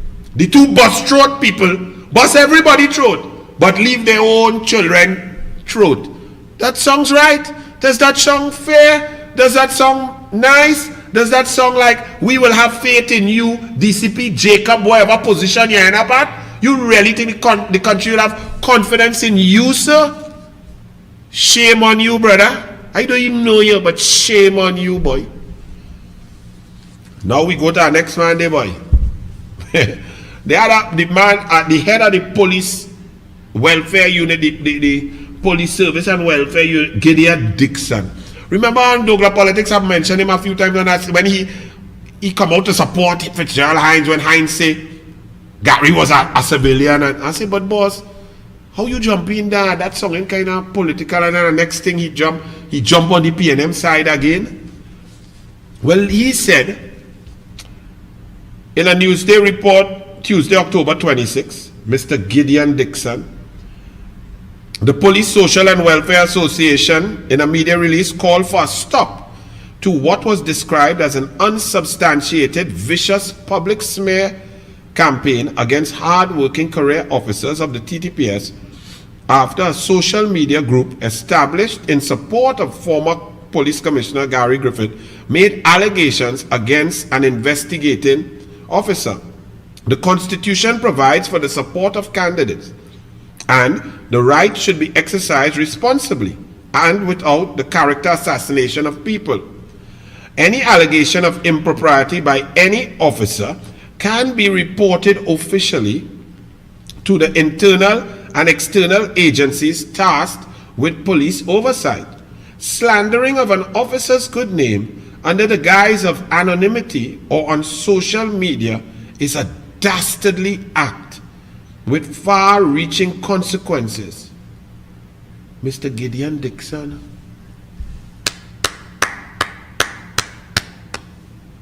Perfect. Absolutely correct, sir. Every word you said there is pristine brilliance. Here's the problem now, sir. Take your entire argument about this Facebook page that bad talking some officer, and take your exact argument put out here so brilliantly, succinctly, and stamp it on Rowley's chest with regards to Gary Griffith. Stamp it, bolt it to Rowley's chest. You see how when you talk, you have to stop the politics. Right is right and wrong is wrong. So let's look. Rowley lost confidence in Gary Griffith, did not want him to get back the position of Commissioner of Police. He wrote 3 letters. He created a situation where 2 people who are civilians, who don't have the authority to investigate anything to do with police, created a brief for a politician, and that politician used the independent so-called police service chair and the president and brought that shoo-shoo nonsensical information with hearsay utilization of the mass media to cast aspersions on the character of Gary Griffith to ensure that the merit list was impacted and Gary Griffith would not get the job. Let's read let's read what you say, and let's apply it to what Rowley, Blissy Prasad and Madam President did. The Constitution provides for the support of candidates, and that right should be exercised responsibly without character assassination. That's not the important part. The important part now is now, from here, any allegation of impropriety by any officer can be reported officially to the internal and external agencies tasked with police oversight. Slandering of an officer's good name under the guise of anonymity or on social media is a dastardly act with far-reaching consequences. I put to you the slandering of Gary Griffith by Keith Christopher Rowley, the National Security Council, and the 2 Pritchett and the other fellow who did some brief and then created a hearsay brief and got it into the ears of the Police Service Commission and the President was dastardly. What say you, Mr. Gideon? Gideon and army boots? What say you, Mr. Gideon Dixon? 2,800 officers cannot be promoted because Rowley's interference. Rowley's misbehavior, Rowley's dastardly attack on the commissioner, on Gary Griffith, open confession. You see, Mr. Hinkson, that's what you should have come out and said long time. You see, you mustn't pick and choose. Principle is principle across the board. I agree with you. With that social media, whatever group you talk about, they're wrong and they're dastardly. Just like Rowley's wrong and dastardly. But you see how much a difference a day makes. You know, this is now today, Wednesday, October 27. The same get put back Gideon Day. Mr. Hinkson. Now, you see, he understands. Rowley then told you the nation, no big thing. We have no commissioner of police, no big thing. It's a paramilitary unit, sergeant and lieutenants or lieutenant and whatever and whatever. And I said that is abject, total nonsense. You need leadership, you need strategy, you need motivation, you need morale, you need to pump up, you need all of that. Then leadership as a whole would not be needed in any form or fashion in the globe. But Mr. ASP Dixon came out. As murders, carjackings, robberies continue, Police Service Welfare Association President ASP Gideon Dixon says the continued absence of an acting or substantive commissioner of police puts lives at risk. Speaking on the morning panchayat on 106.5, he said, "We want to call on the authorities to remedy this situation in the shortest possible time. That is to have in place either an acting commissioner or confirmed commissioner of police. We want to call on the authorities and more so the parliamentarians to put in place a service commission to facilitate this process." Noting it was the first time that Trinidad and Tobago was without a commissioner of police, Dixon said, the association feels the police service is in an untenable situation. He reminded that it is a commissioner of police role and function to ensure the management of the TTPS based on the Constitution. One must remember that a national security is big business, and safety and security in a country is one in which you cannot compromise. The authorities need to understand that compromising national security means you are putting people's lives, not just your own people, but also those who are looking to have investor confidence in your country at risk. Absolutely correct. And look where you see shooting spree. Shooting spree. 2 killed in robbery attempt. 2 men in hospital after gun attack. Wrong place, wrong time, says relatives. 2 more shot dead. CPEP laborer killed in an enterprise. Papa gunned down. Man shot during wake. And this is what has happened and taken place. So let me now attempt, as we go and we nearly finish, let me attempt to debate Anil Cornell, son of the great legend Alvin Cornell. He puts a letter into the newspaper, PM meeting with President, much ado about nothing. Okay, Mr. Anil Cornell, now we must admit that you have had many jobs under the PNM. If you don't want to admit that you're a PNM, that's okay. But let me debate you carefully. Firstly, says Mr. Anil Cornell, it is important that I convey that a Prime Minister meeting with the President is a constitutional requirement. Yes, but we are not talking about that. We are discussing one separate meeting apart from the constitutional duty where it impacted areas of no concern to the Prime Minister, that he should not interfere in, he should not intervene in, and it has nothing to do with his normal function, so that's a non-starter. Secondly, in the current circumstances where this matter is one of national security, that a meeting would have to be more prudent, especially with our ongoing state of emergency. Nonsense, nothing to do with that. The issue is that merit list, the timing, the Bliss Prasad chairmanship, and the President taking information hearsay to impact the independent job of the Police Service Commission, which the Prime Minister has no authority, no say, and should never be involved. Your third point is, it is peculiar that people in high office have asked for almost a transcript of the private discussion. No, we don't want no transcript of no private discussion. The Prime Minister admitted to being there. He was wrong. It interfered. It's misbehavior in public office.